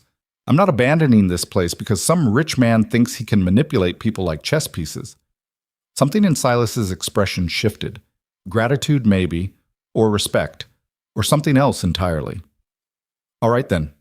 He held out his hand, and after a moment's hesitation, Elena shook it. We'll face whatever comes together. His hand was warm, calloused, steady, and Elena realized with sudden, frightening clarity that her feelings had moved far beyond professional respect or gratitude. She was falling for Silas Boon, and judging by the way he was looking at her, hand still wrapped around hers, he might be falling too. The thought should have terrified her. Instead, it felt like the most honest thing she'd experienced since arriving in Wyoming. She released his hand and stepped back, needing distance to think. I should start supper. Elena, supper, she repeated, already walking toward the main house. The men will be hungry. He didn't follow, and she was grateful. She needed time to process what had just happened, what had just changed between them. Behind her, she heard him return to working with the horse. The familiar sounds of the ranch continued around her, cattle lowing, wind moving through grass, the creek's endless murmur. Everything was the same. Everything was different, and Elena had no idea what came next. That evening's supper was awkward in ways Elena hadn't experienced since her first week at the ranch. She burned the potatoes because she wasn't paying attention, served the coffee too early so it went lukewarm, and dropped a spoon twice before Tom finally asked if she was feeling all right. I'm fine, just tired. The men exchanged glances but didn't press. Silas ate in silence, his eyes finding hers across the table more often than was comfortable. Every time their gazes met, Elena felt heat rising in her cheeks and had to look away. After the men left, she tackled the dishes with more force than necessary, scrubbing plates until her hands were red. You going to wash the pattern right off that china if you keep at it like that? Elena jumped, nearly dropping the plate. Silas stood in the doorway, hat in hand, watching her with an expression she couldn't quite read. Thought you'd gone to check the livestock. I did. Came back. He moved into the room, setting his hat on the table. We need to talk about what happened earlier. Nothing happened. Elena. The way he said her name, patient but firm, made her stop scrubbing and turn to face him. She dried her hands on her apron, buying time to gather her thoughts. All right, what do you want to talk about? Silas leaned against the table, arms crossed. I don't want things to be uncomfortable between us. If I overstepped, you didn't. The words came out faster than she intended. I needed to think. About? She could lie, could retreat behind professional boundaries and pretend the moment in the corral hadn't meant anything. But Elena was tired of pretending, tired of constantly managing perceptions and protecting herself from vulnerability. About how things have changed, she said quietly, about how working here stopped feeling like just a job somewhere along the way. Silas was very still. And that's a problem? I don't know. Elena moved to the window, looking out at the darkening yard. When I came here, I had nothing, no prospects, no future, barely any dignity left. You gave me a chance when nobody else would. And now I find myself. She stopped, uncertain how to finish. Feeling things you didn't expect to feel, Silas supplied. Elena turned to face him. Are we really going to have this conversation? Seems like we should. He straightened, some of his usual guardedness falling away. I'm not good at this, talking about feelings or whatever you want to call it. Spent too many years keeping everything locked down. But I'd rather be honest and awkward than dishonest and comfortable. Then be honest. He took a breath, and Elena saw something she'd never seen before in this composed, controlled man. Nervousness. You scare me, he said finally. Not in a bad way, but in a way that makes me realize how much I've built my life around not needing anyone. And then you showed up, and within 2 months you'd become essential, not just to the ranch, but to everything. And I don't know what to do with that. The admission hung between them, raw and unpolished. Elena felt her throat tighten. I scare myself too, she said. I came west expecting one kind of future, and when that fell apart, I thought I'd just survive until I could build something else somewhere else. But I don't want to be somewhere else anymore. And that terrifies me because what if I'm wrong again? What if I'm seeing things that aren't there? You're not wrong. Silas moved closer, close enough that she could see the gray flecks in his eyes. I don't know what this is or where it's going, but it's not nothing, and you're not imagining it. So what do we do? I don't know. He smiled slightly, and it was self-deprecating. I told you I'm not good at this. Despite everything, the tension, the uncertainty, the fear, Elena laughed. It bubbled up unexpectedly, releasing some of the pressure that had been building all evening. We're a pair, aren't we? Both terrible at feelings, both trying to figure this out. Could be worse, Silas said. At least we're honest about how bad we are at it. The laughter faded, but the ease it brought remained. Elena reached out and touched his hand, a small gesture, but deliberate. I don't need promises or declarations, she said. I just need to know we're not pretending this isn't happening. Silas turned his hand over, threading his fingers through hers. We're not pretending. They stood there for a moment, hands linked, neither of them quite ready to name what was growing between them, but both acknowledging its existence. Finally, Silas squeezed her hand and released it. Get some rest. Tomorrow's going to be busy. We're moving the last of the cattle down from the high country. Will you be gone all day? Probably, but I'll be back for supper. He collected his hat and moved toward the door, then paused. Elena, thank you for not running when things got complicated. Where would I run to? She asked, smiling. Fair point. After he left, Elena finished cleaning in a daze. Her hands moved through familiar motions while her mind spun through everything that had just happened. She'd spent 3 months carefully maintaining professional distance, and in the space of one conversation, that distance had collapsed entirely. She should feel worried. Instead, she felt lighter than she had in years. The next few days were busy enough that there was little time for private conversation. The work of preparing for winter consumed everyone's attention. Elena helped where she could, preserving vegetables, organizing supplies, making sure the men had hot meals and dry clothes. But the awareness between her and Silas was always there, simmering beneath the surface. A glance across the dinner table that lasted a moment too long. His hand on her elbow as he helped her over rough ground. The way he sought her opinion on matters that didn't strictly require her input. The other men noticed. Tom raised an eyebrow but said nothing. Charlie grinned and made himself scarce whenever Silas and Elena were in the same room. Even Jack, usually oblivious to anything beyond his immediate concerns, started giving them knowing looks. When are you two going to stop dancing around it? Tom asked one morning when Elena was alone in the kitchen. She nearly dropped the bowl she was holding. I don't know what you mean. Sure you don't. Tom helped himself to coffee. I've known Silas for 6 years. Never seen him look at anyone the way he looks at you. And you're not much better at hiding it. Elena felt her face heating. It's complicated. Everything's complicated. That's life. Tom leaned against the counter. But I'll tell you something. This ranch needed what you brought to it. Not just the cooking and cleaning, though that helps. You made it feel like a place worth fighting for instead of just a piece of land to defend. Don't let fear or propriety or whatever else is holding you back steal that. What if it doesn't work out? What if it does? Tom countered. Can't win if you don't play, Miss Mercer. He left before she could respond, and Elena stood alone in the kitchen thinking about his words. That afternoon brought unexpected visitors. Elena was hanging laundry when she heard horses approaching, not the familiar sound of the ranch hands returning, but something different, multiple riders, moving with purpose. She dropped the wet shirt back in the basket and hurried around to the front of the house.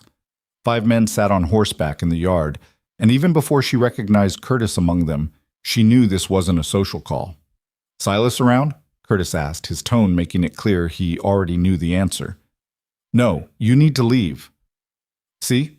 That's the problem." Curtis dismounted, and the other men followed suit. "We have business with Silas, and we're tired of him avoiding it. There's no business here." Elena backed toward the house, calculating distances. The rifle was inside, loaded and ready. She just needed to reach it. "Don't do anything stupid," Curtis said, reading her intention. "We're not here to hurt anyone, just going to wait for Silas, have a conversation." "A conversation doesn't require 5 men. It does when the other party's stubborn." Curtis gestured to his companions. "Boys, let's make ourselves comfortable. Check the barn, the bunkhouse. Make sure we're not missing anything valuable." The threat was clear. They weren't just waiting, they were sending a message. Elena's mind raced through options. Jack was out with the others, moving cattle. She was alone, outnumbered, and these men weren't here for polite discussion. She bolted for the house, made it 3 steps before Curtis caught her arm and yanked her back. She stumbled, caught herself, and swung without thinking. Her fist connected with his jaw, not hard enough to do real damage, but enough to surprise him into releasing her. Elena ran, got through the door, slammed it behind her, and reached for the rifle leaning against the wall. Her hands shook as she loaded it, the mechanical action steadied by Tom's patient training. Curtis hit the door with his shoulder. It held, barely. Elena raised the rifle, aiming at the door. "Last chance to leave," she called out, proud that her voice didn't waver. "You going to shoot us through the door?" Curtis laughed. "You don't have the nerve." He was wrong. Elena fired into the wooden door at chest height, deliberately aiming to miss but close enough to make her point. The gunshot was deafening in the enclosed space, and the recoil nearly knocked her backward. The activity outside stopped abruptly. "Next one won't miss," Elena shouted. "Now get off this property." For a long moment, there was silence. Then Curtis's voice, no longer amused. "Victor's not going to like this." "I don't care what Victor likes. You have 10 seconds before I put the next bullet somewhere more specific." She heard low voices conferring, then the sound of boots moving away. Through the window, she watched the men mount up. Curtis looked back at the house, his expression promising future consequences. Then they rode off, and Elena was alone with her hammering heart and shaking hands. She lowered the rifle carefully, engaged the safety, and walked to the table on legs that threatened to give out. The adrenaline that had carried her through the confrontation was draining away, leaving exhaustion in its wake. The door had a hole in it roughly the size of her fist. Splinters scattered across the floor. The smell of gunpowder hung thick in the air. Elena sat down and tried to breathe normally. That was how Silas found her 20 minutes later. He burst through the damaged door with Tom right behind him, both men armed and clearly expecting trouble. They pulled up short at the sight of Elena sitting calmly at the table, the rifle within reach. "What happened?" Silas demanded.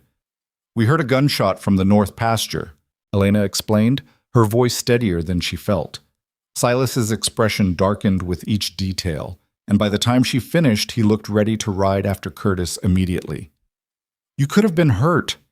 He moved to her side, hands hovering like he wanted to touch her, but wasn't sure he should. "Or worse." "But I wasn't. I handled it." "You shouldn't have had to handle it." Anger roughened his voice. "This is my fault.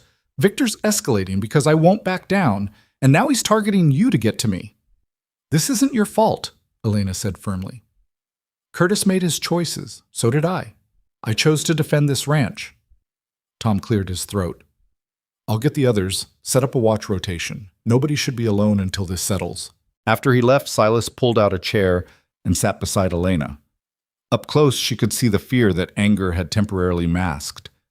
"When I heard that gunshot," he said quietly, "I thought, I've been in situations where seconds matter, where hesitation gets people killed, and all I could think was that I wasn't here when you needed me. I managed." "You did more than manage. You defended your home." He paused on the word, seemed to recognize its significance. You could have run. The cabin has a back door. You could have gotten away while they were focused on the main house. This is my home now, Elena said simply. I wasn't leaving it to be ransacked by Victor Hale's thugs. Something shifted in Silas's expression. He reached out and took her hand, holding it like it was something precious. I'm going to end this, he said. Victor wants a fight. He'll get one. But not like this. Not with him sending men after you when I'm not here to protect you. I don't need protecting. I need backup. Elena squeezed his hand. There's a difference. Fair enough. He stood, but didn't release her hand immediately. Come on, you're staying in the main house tonight. I'm not letting you be alone in that cabin until we've got better security in place. Silas? Not negotiable. His tone brooked no argument. You can have my room. I'll sleep out here with the others. It made practical sense, and Elena was too tired to argue. She gathered a few things from her cabin while Tom and Charlie took up positions around the property. The ranch had gone from peaceful home to fortified position in the space of an hour. That night, Elena lay in Silas's bed, a strange intimacy that felt both appropriate and completely wrong, and listened to the low voices of the men keeping watch. The room smelled like leather and wood smoke, and something distinctly Silas. His things surrounded her, books on the shelf, clothes hanging on pegs, a photograph of a young woman who must have been his sister. She thought about Curtis's face when she'd fired that rifle, about the moment of terror when she'd realized they might actually break through the door, about the cold calculation that had let her pull the trigger despite never having pointed a weapon at another human being before. The frontier had changed her in ways she was still discovering. Morning brought a grim council in the kitchen. Silas, Tom, Charlie, and Jack gathered around the table while Elena made coffee and tried not to feel like this was somehow her fault. Victor's declaring war, Tom said bluntly. That's what yesterday was. He's tired of waiting for Silas to fold, so now he's going to force the issue. Then we force back, Silas replied. I'm riding into town this morning to file a complaint with Sheriff Dawson. Curtis trespassed and threatened Elena. That's documented now. Dawson won't do anything, Charlie pointed out. Victor owns half the town council. Maybe not, but it creates a record. If this escalates further, we'll need evidence that Victor started it. Jack spoke up, his young face serious. What if they come back with more men? 5 we could handle, 10 or 15. Then we defend what's ours. Silas looked around the table. I know this isn't what any of you signed on for. If you want to leave, find work somewhere safer. I understand. But I'm not abandoning this ranch. My sister died because nobody stood up for her. I'm not making that mistake again. I'm staying, Tom said immediately. Been here too long to quit now. Same, Charlie agreed. Besides, I never liked Victor Hale anyway. I'm not going anywhere, Jack added. 3 pairs of eyes turned to Elena. She set the coffee pot down and met Silas's gaze directly. I already told you, I'm not leaving. This could get dangerous. It already is dangerous. That doesn't change my answer. Silas held her gaze for a long moment, and Elena saw gratitude mixed with something deeper. Then he nodded and turned back to the men.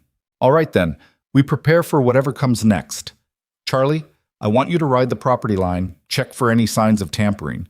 Tom, help Elena reinforce the doors and windows on both buildings. Jack, inventory our ammunition and weapons. We're not looking for a fight, but we're not going to be caught unprepared either. The men dispersed to their tasks, leaving Elena alone with Silas. You sure about this? He asked quietly. Once we draw this line, there's no going back. Victor will see it as escalation. Let him. Elena began clearing cups from the table. I'm tired of being afraid, tired of letting powerful men dictate what happens to me. James Carwell tried to use me. Victor Hale thinks he can intimidate me. They're both wrong. Silas caught her hand as she reached for his cup. You've changed since you got here. Not just skills or confidence. Something deeper. I found my spine, Elena said. Turns out I had one all along. I just needed a reason to use it. He smiled, the expression transforming his usually serious face. Remind me never to underestimate you. Too late for that. The trip to town was tense. Silas insisted on taking both Tom and Elena, leaving Charlie and Jack to guard the ranch. Elena wore her best dress and carried herself with deliberate dignity as they walked into Sheriff Dawson's office. Dawson listened to their account with a carefully neutral expression. When Silas finished, the sheriff leaned back in his chair and sighed. You got witnesses besides Miss Mercer? The bullet hole in my door, Elena said coolly, "unless you think I shot it myself."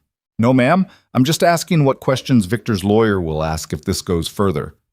Dawson pulled out a form and began writing. "I'll file the complaint. I'll even ride out and talk to Curtis. But you need to understand, Victor Hale has resources I don't. If he decides to make this a legal battle, he can afford lawyers who'll tie this up for years." "So we're on our own," Silas said flatly. "I didn't say that. I'm telling you what you're up against." Dawson finished writing and looked up. "Off the record? Victor's been pushing boundaries for years. Most people can't afford to push back. But you're not most people, Silas. And if you're willing to fight this properly, through legal channels, with documentation, maybe this is the time someone finally puts a stop to his tactics. What do you need from us?" "Everything written down, dates, times, witnesses, every instance of Victor or his people harassing you. Build a case strong enough that even his lawyers can't dismiss it." They left the sheriff's office with a stack of forms and a sense that help existed, but it was conditional and limited. Elena watched Silas's jaw tighten as they walked back to the wagon. "He's right, you know," she said quietly. "We need documentation, a record." "I know. Doesn't mean I like it."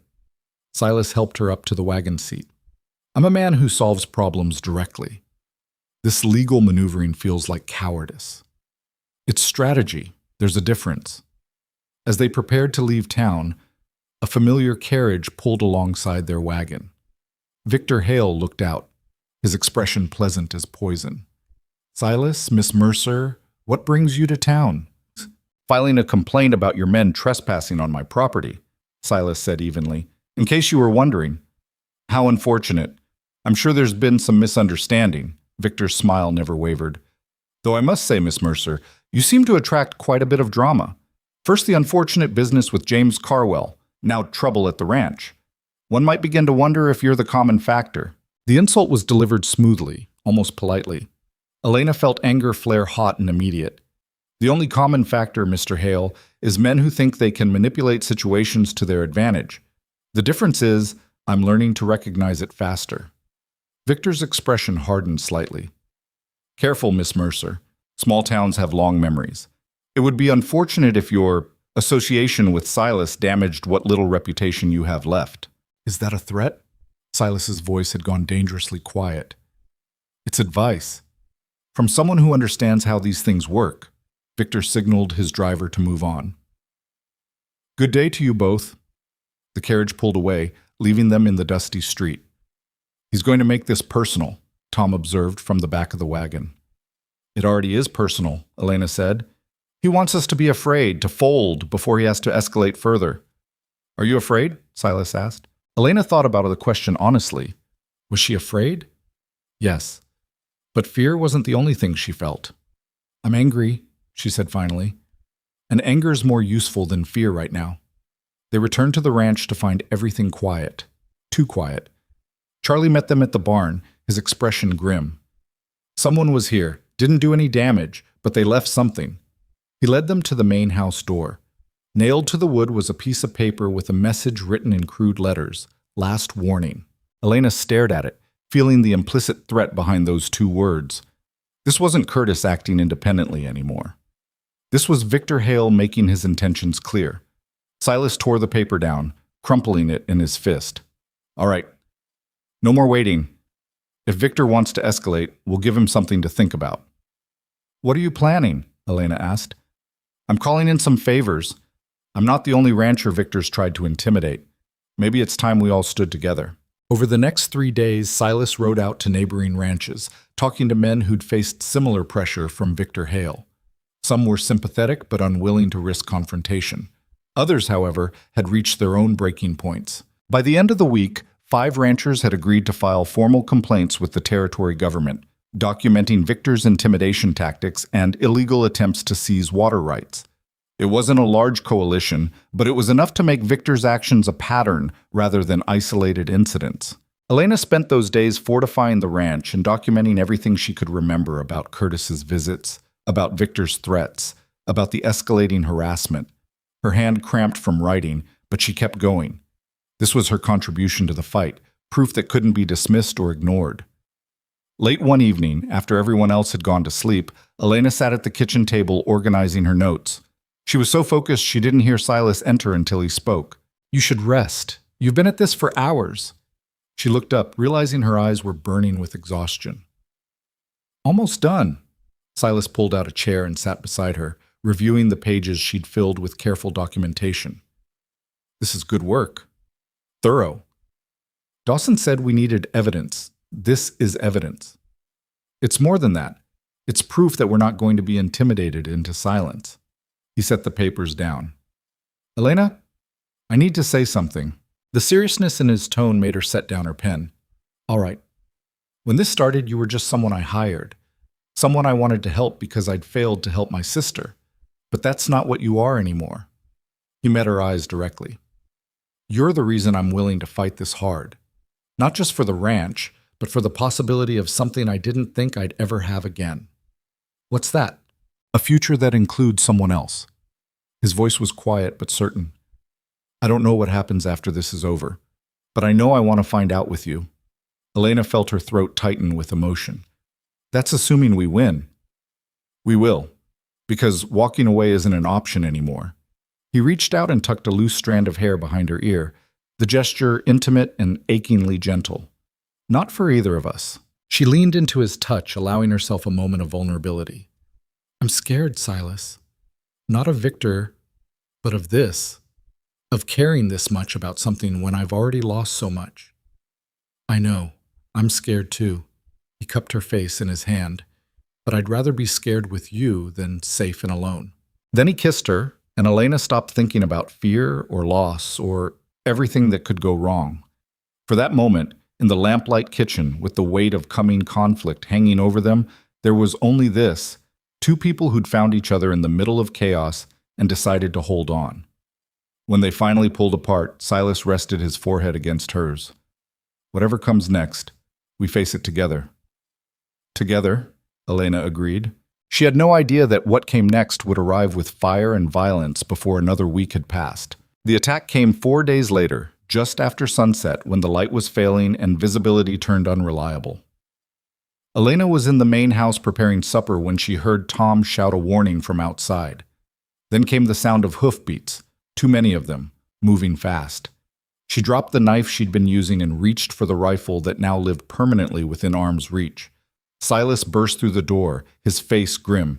"Get away from the windows, now!" Elena moved to the interior wall, heart hammering. Through the window, she could see riders circling the property, at least 8 of them, maybe more.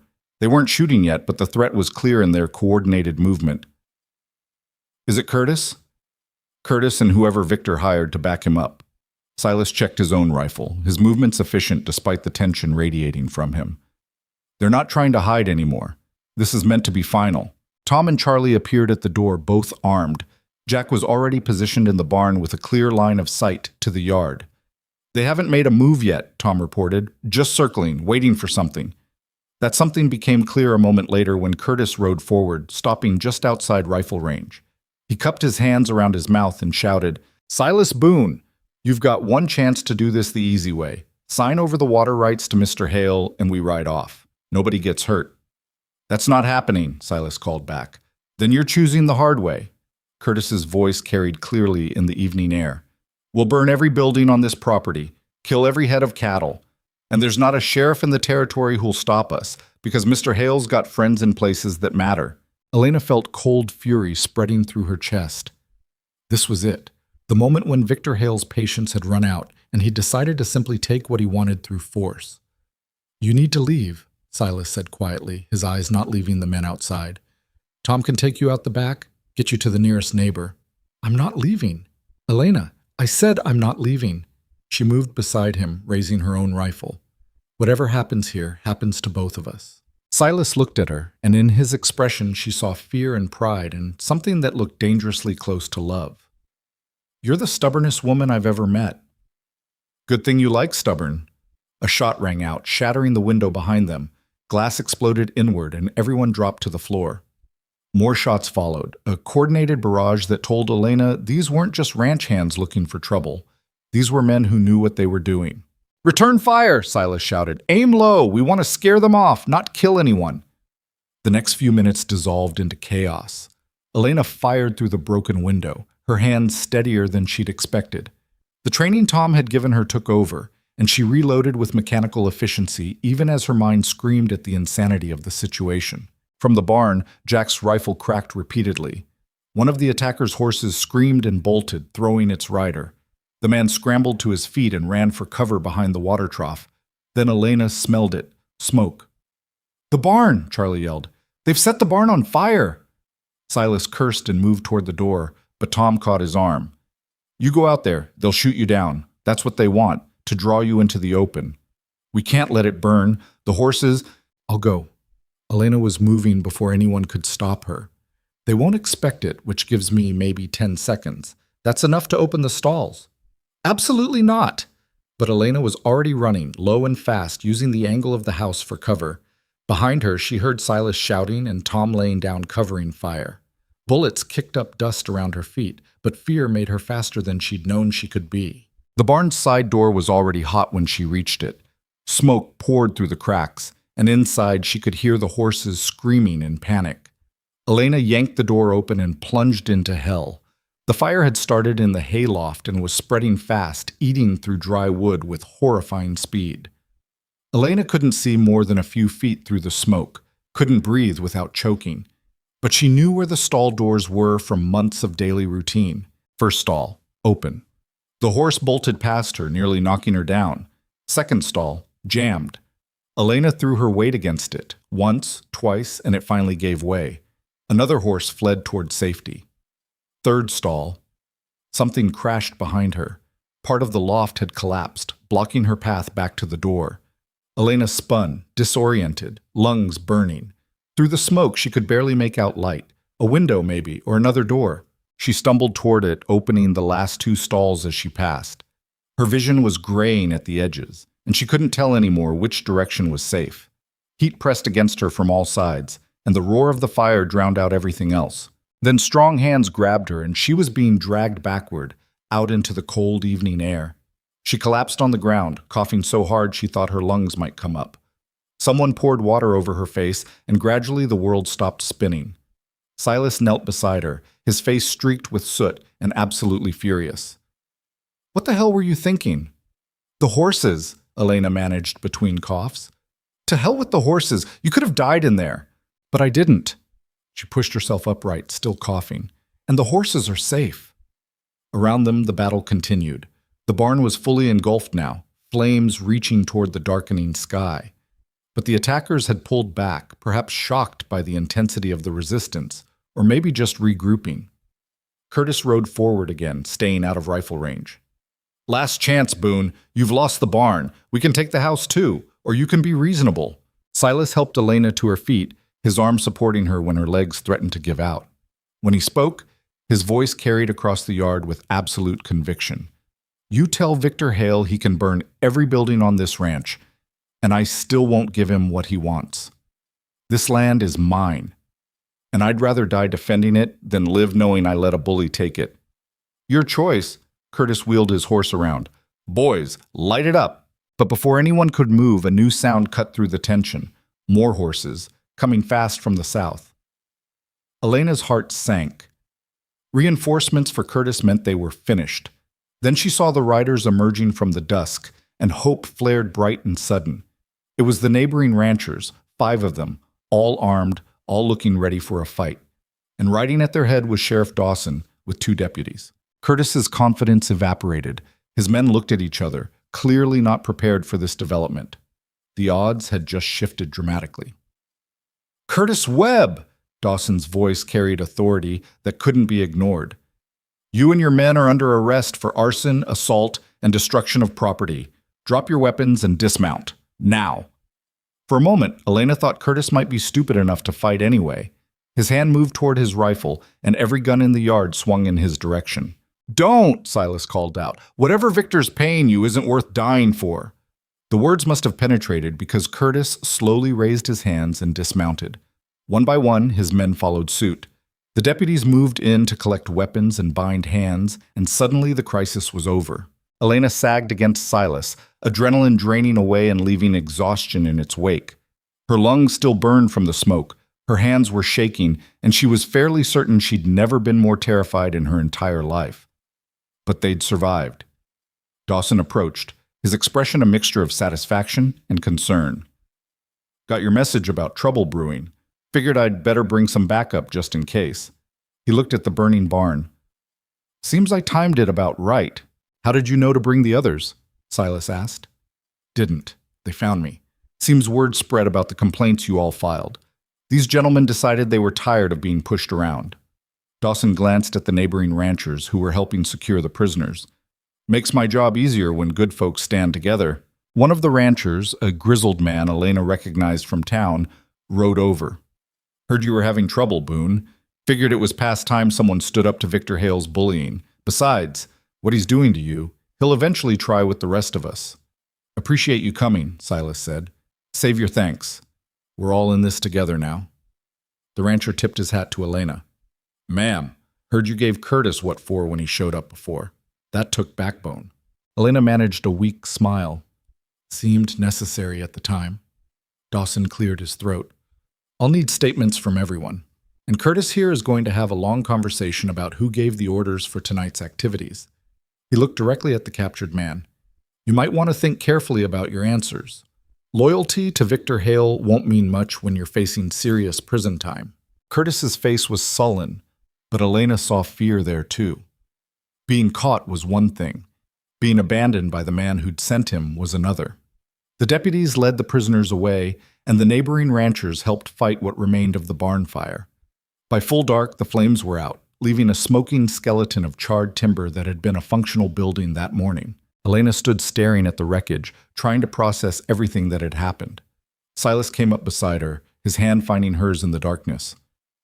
"We'll rebuild," he said quietly. "I know." Elena squeezed his hand. "But it shouldn't have come to this. Victor Hale should be in handcuffs, not Curtis." "Give it time. Curtis will talk. Men like him always do when facing real consequences. And with the statements from the other ranchers, we've got a pattern of harassment that can't be ignored." Tom approached, soot-covered and exhausted. "All the horses made it out, thanks to Miss Mercer's quick thinking." He paused. "Also her complete disregard for her own safety, but that's another conversation." "I noticed," Silas said dryly. "The important thing is everyone's alive," Elena said.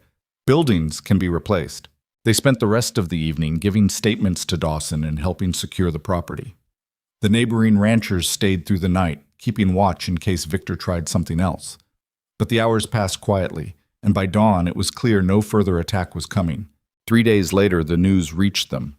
Curtis had confessed, implicating Victor Hale in not just the attack on Iron Ridge, but in similar intimidation tactics against multiple ranchers over several years. The testimony, combined with the documented complaints and witness statements, was enough for the territorial judge to issue a warrant for Victor's arrest. Victor Hale was taken into custody while trying to board a train east. His assets were frozen pending investigation, and his mining operation ground to a halt as investors scrambled to distance themselves from the scandal. The untouchable businessman had fallen, and the community that had once feared him watched with satisfaction as justice finally caught up with his actions. Elena heard the news from May, who'd driven out to the ranch specifically to share it. The older woman's face was alight with vindication. "Never thought I'd see the day," May said, accepting coffee in the temporary shelter they'd set up while the barn was being rebuilt. "Victor Hale actually facing consequences, and all because you folks refused to be intimidated." "It wasn't just us," Elena said. "It was everyone who stood up." "Maybe, but you started it, you and Silas refusing to back down." May smiled. "Town's buzzing about it, about you specifically. The woman who arrived with nothing and ended up bringing down the most powerful man in the territory." Elena felt uncomfortable with the praise. "I didn't bring him down. I just didn't run away." "That's more than most people do, honey. Sometimes refusing to run is the bravest thing there is." After May left, Elena found Silas working on the barn reconstruction with Tom and Charlie. The new structure was taking shape, rising from the ashes of the old. It would be smaller for now, but stronger, built with fire-resistant materials and better design. Silas saw her approaching and set down his hammer. "Need something?" "Just wanted to see how it's going." "Coming along?" He wiped sweat from his forehead. Should be functional in another week. Won't be fancy, but it'll serve. They stood together, watching Tom measure a beam while Charlie held it steady. The easy cooperation between them spoke to months of working side by side, of trust built through shared labor. "Silas," Elena said quietly, "what happens now? With Victor arrested, with everything settling?" "What do you mean?" "I mean, my job here was temporary, a way station until I figured out what I wanted to do next." She kept her eyes on the barn reconstruction. "I've saved almost 4 months' wages. That's enough to go somewhere, start something new if I wanted to." Silas was very still. "Is that what you want? To leave?" "No." The word came out firm and certain. "But I need to know what I'm staying for. Because if this is still just an employment arrangement, I should probably start thinking about my future more seriously." "Elena, look at me." She turned to find him watching her with an expression she'd learned to read over the past months. A mixture of caution and hope, fear and determination. "The job offer was real when I made it," he said. "But you're right that things have changed. You're not just the woman I hired to manage the household anymore. You haven't been for a long time." "Then what am I?" "You're the person who made this ranch feel like a home instead of just a place I work. You're the reason I started thinking about futures instead of just surviving day to day. You're—" He paused, choosing words carefully. "You're the person I want to build something with, if you're willing." Elena's heart was hammering, but not from fear this time. What kind of something? The permanent kind. The kind that involves vows and paperwork and deciding we're in this together for however long we've got. He pulled off his work gloves, his hands rough and scarred from years of frontier life. "I'm not good at pretty speeches, but I love you, Elena Mercer, and I'd like to marry you, if you'll have me." It wasn't the proposal she'd once imagined back in Philadelphia. There was no bending knee, no ring, no carefully rehearsed words, just a man standing in the wreckage of a barn he was rebuilding, offering her everything he had with characteristic directness. It was perfect. "Yes," Elena said, and watched surprise and joy break across his face. "Yes, I'll marry you, but on one condition." "What's that?" "You stop trying to protect me from everything. I'm not fragile and I don't need shielding. I need a partner who trusts me to face trouble alongside him." Silas smiled, the expression transforming his usually serious features. "I can do that, though you can't blame me for worrying when you run into burning buildings." "Fair enough, but the worrying goes both ways." He pulled her into his arms, and Elena went willingly, breathing in the smell of sawdust and sweat and home. Around them, Tom and Charlie exchanged glances and grinned, but neither man said anything. Some moments didn't need commentary. That evening, Silas rode into town and returned with a simple gold band he'd commissioned from the jeweler months ago, back when he'd started admitting to himself what Elena had come to mean. It fit perfectly, and Elena stared at it on her finger with something like wonder.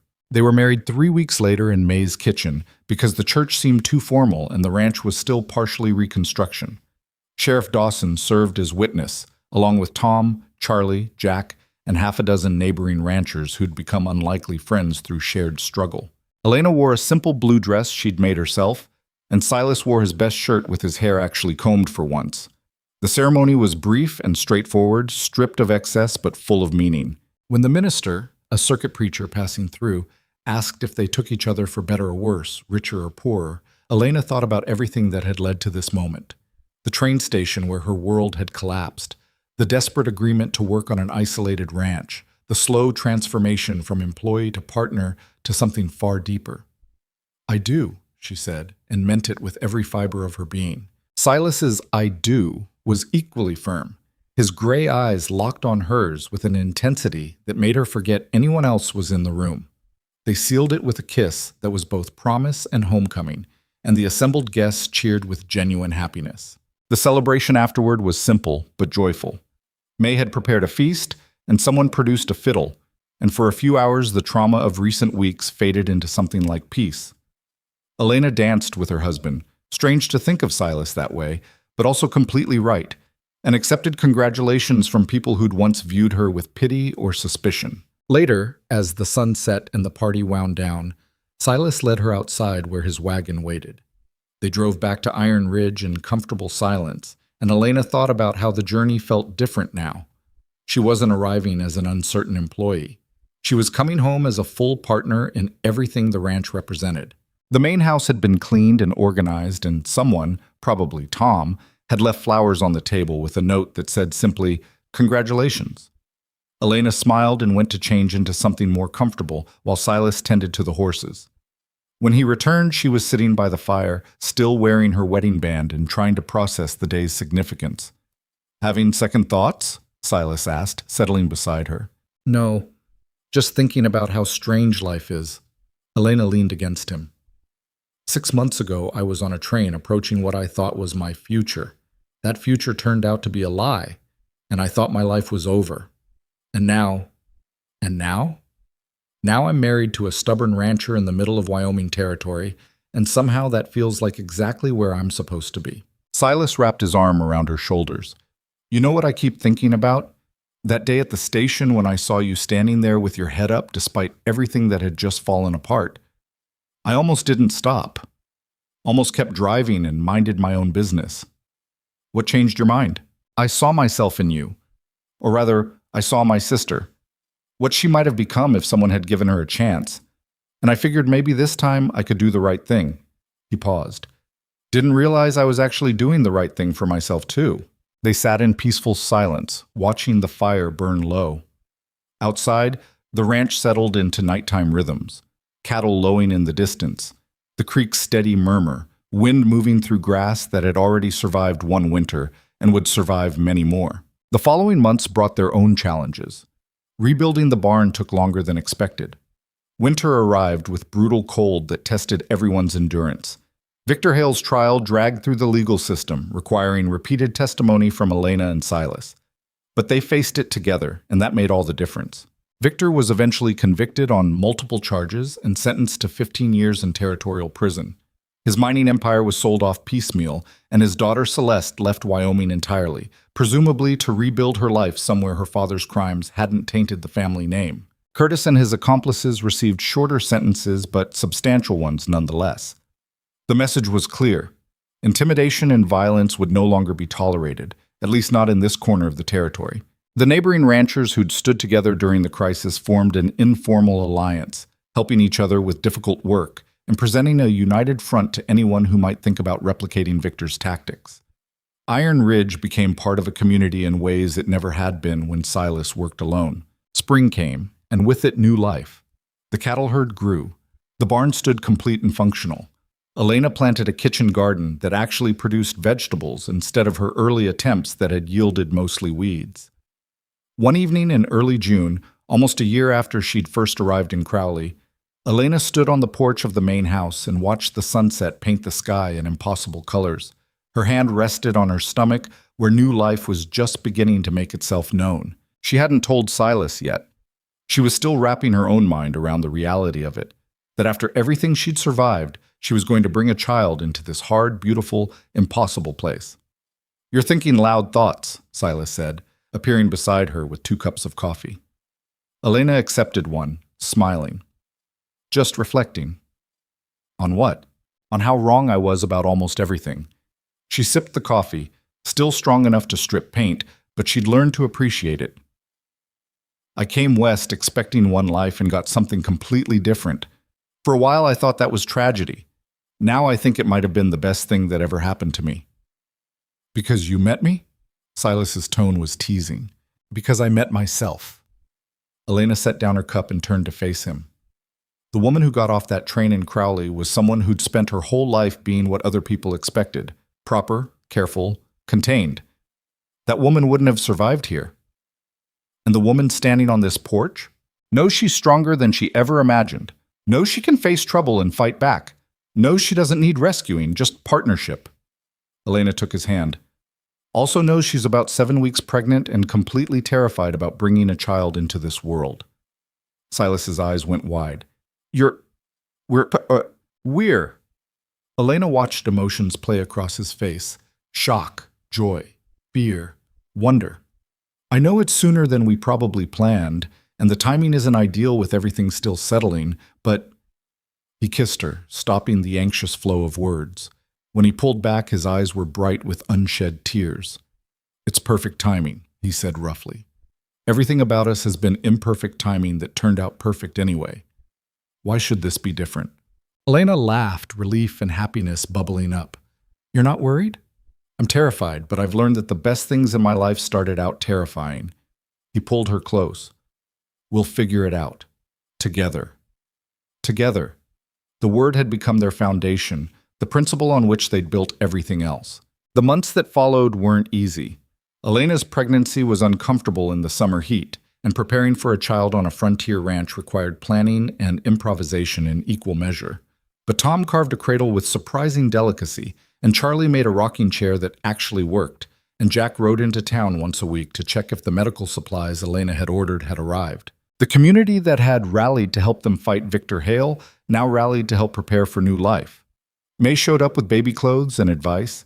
The neighboring ranchers' wives visited with practical suggestions and reassurance. Even Sheriff Dawson stopped by with a hand-stitched blanket his own wife had made. Elena had come west alone and abandoned. Now she was surrounded by people who'd become family through choice rather than blood. Their daughter was born in February during a blizzard that trapped them all at the ranch for 3 days. The birth was attended by May and 2 other women who'd made the journey before the worst of the storm hit. Silas wore a path in the floor pacing while Elena labored, and when he finally heard his daughter's first cry, he wept with relief. They named her Rose for the strength she represented and the beauty she brought to their hard lives. Holding her daughter for the first time, Elena felt pieces of herself shift and settle into new configurations. This tiny person represented everything she'd fought for: survival, belonging, future. Rose would grow up knowing she was wanted, knowing her parents had chosen each other and chosen her, knowing that family wasn't always what you were born into, but what you built. Silas sat beside Elena on the bed, his large hand cradling their daughter's head with infinite gentleness. "She's perfect."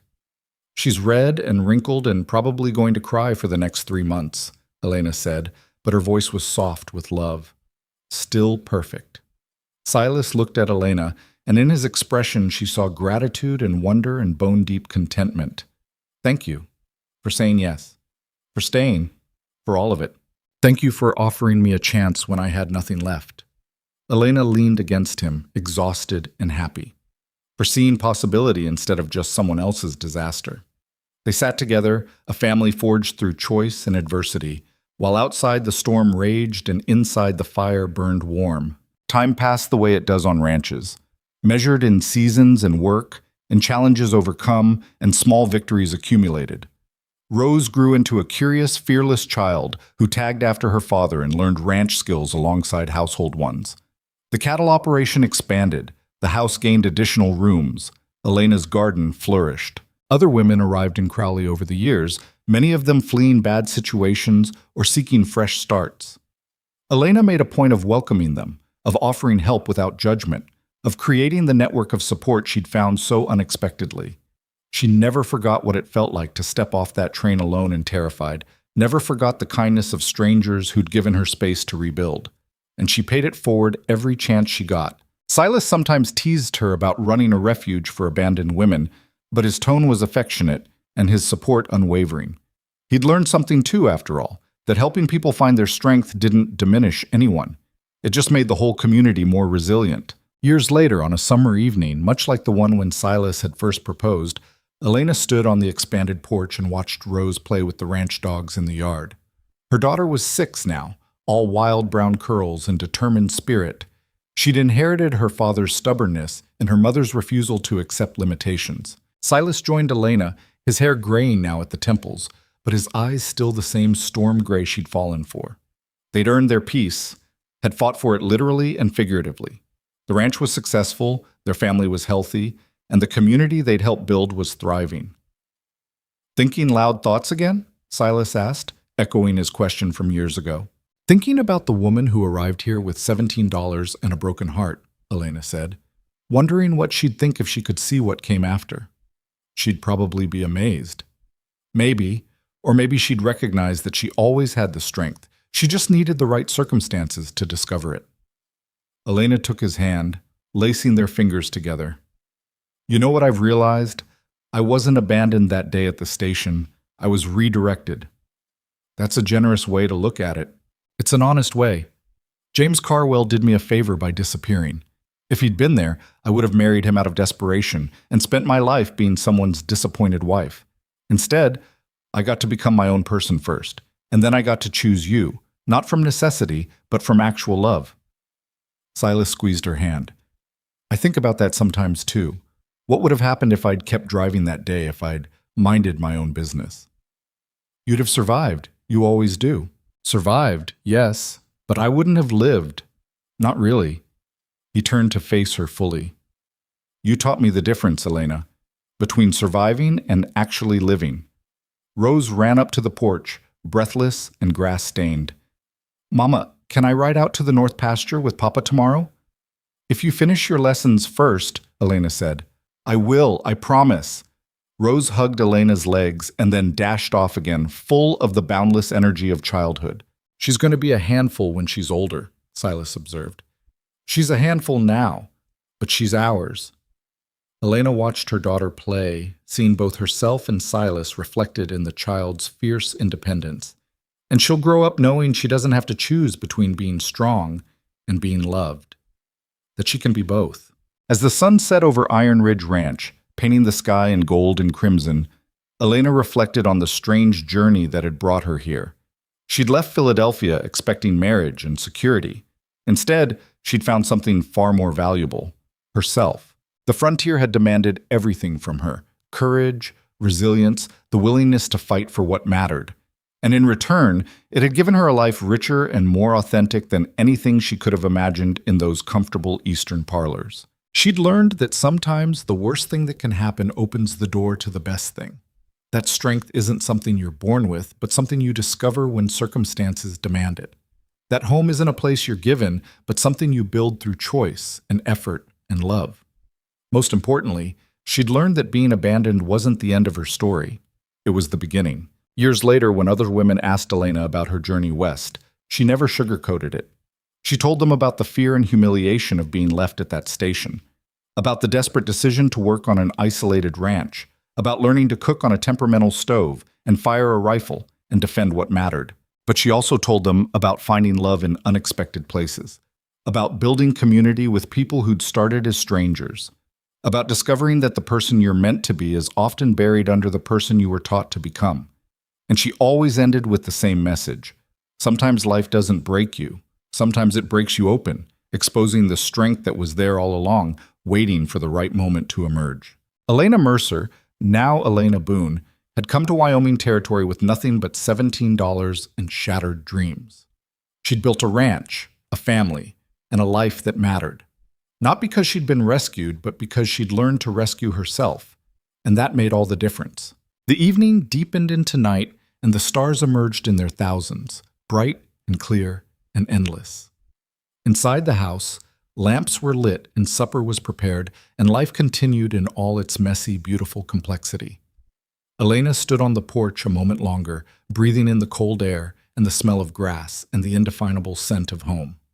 Behind her, she heard Silas calling her in to eat, heard Rose's laughter as she played one last game before bed.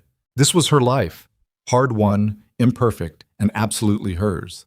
She smiled and went inside, leaving the darkness and the past behind, walking toward warmth and light, and everything she'd built from the ashes of someone else's broken promise. It was enough. More than enough. It was everything.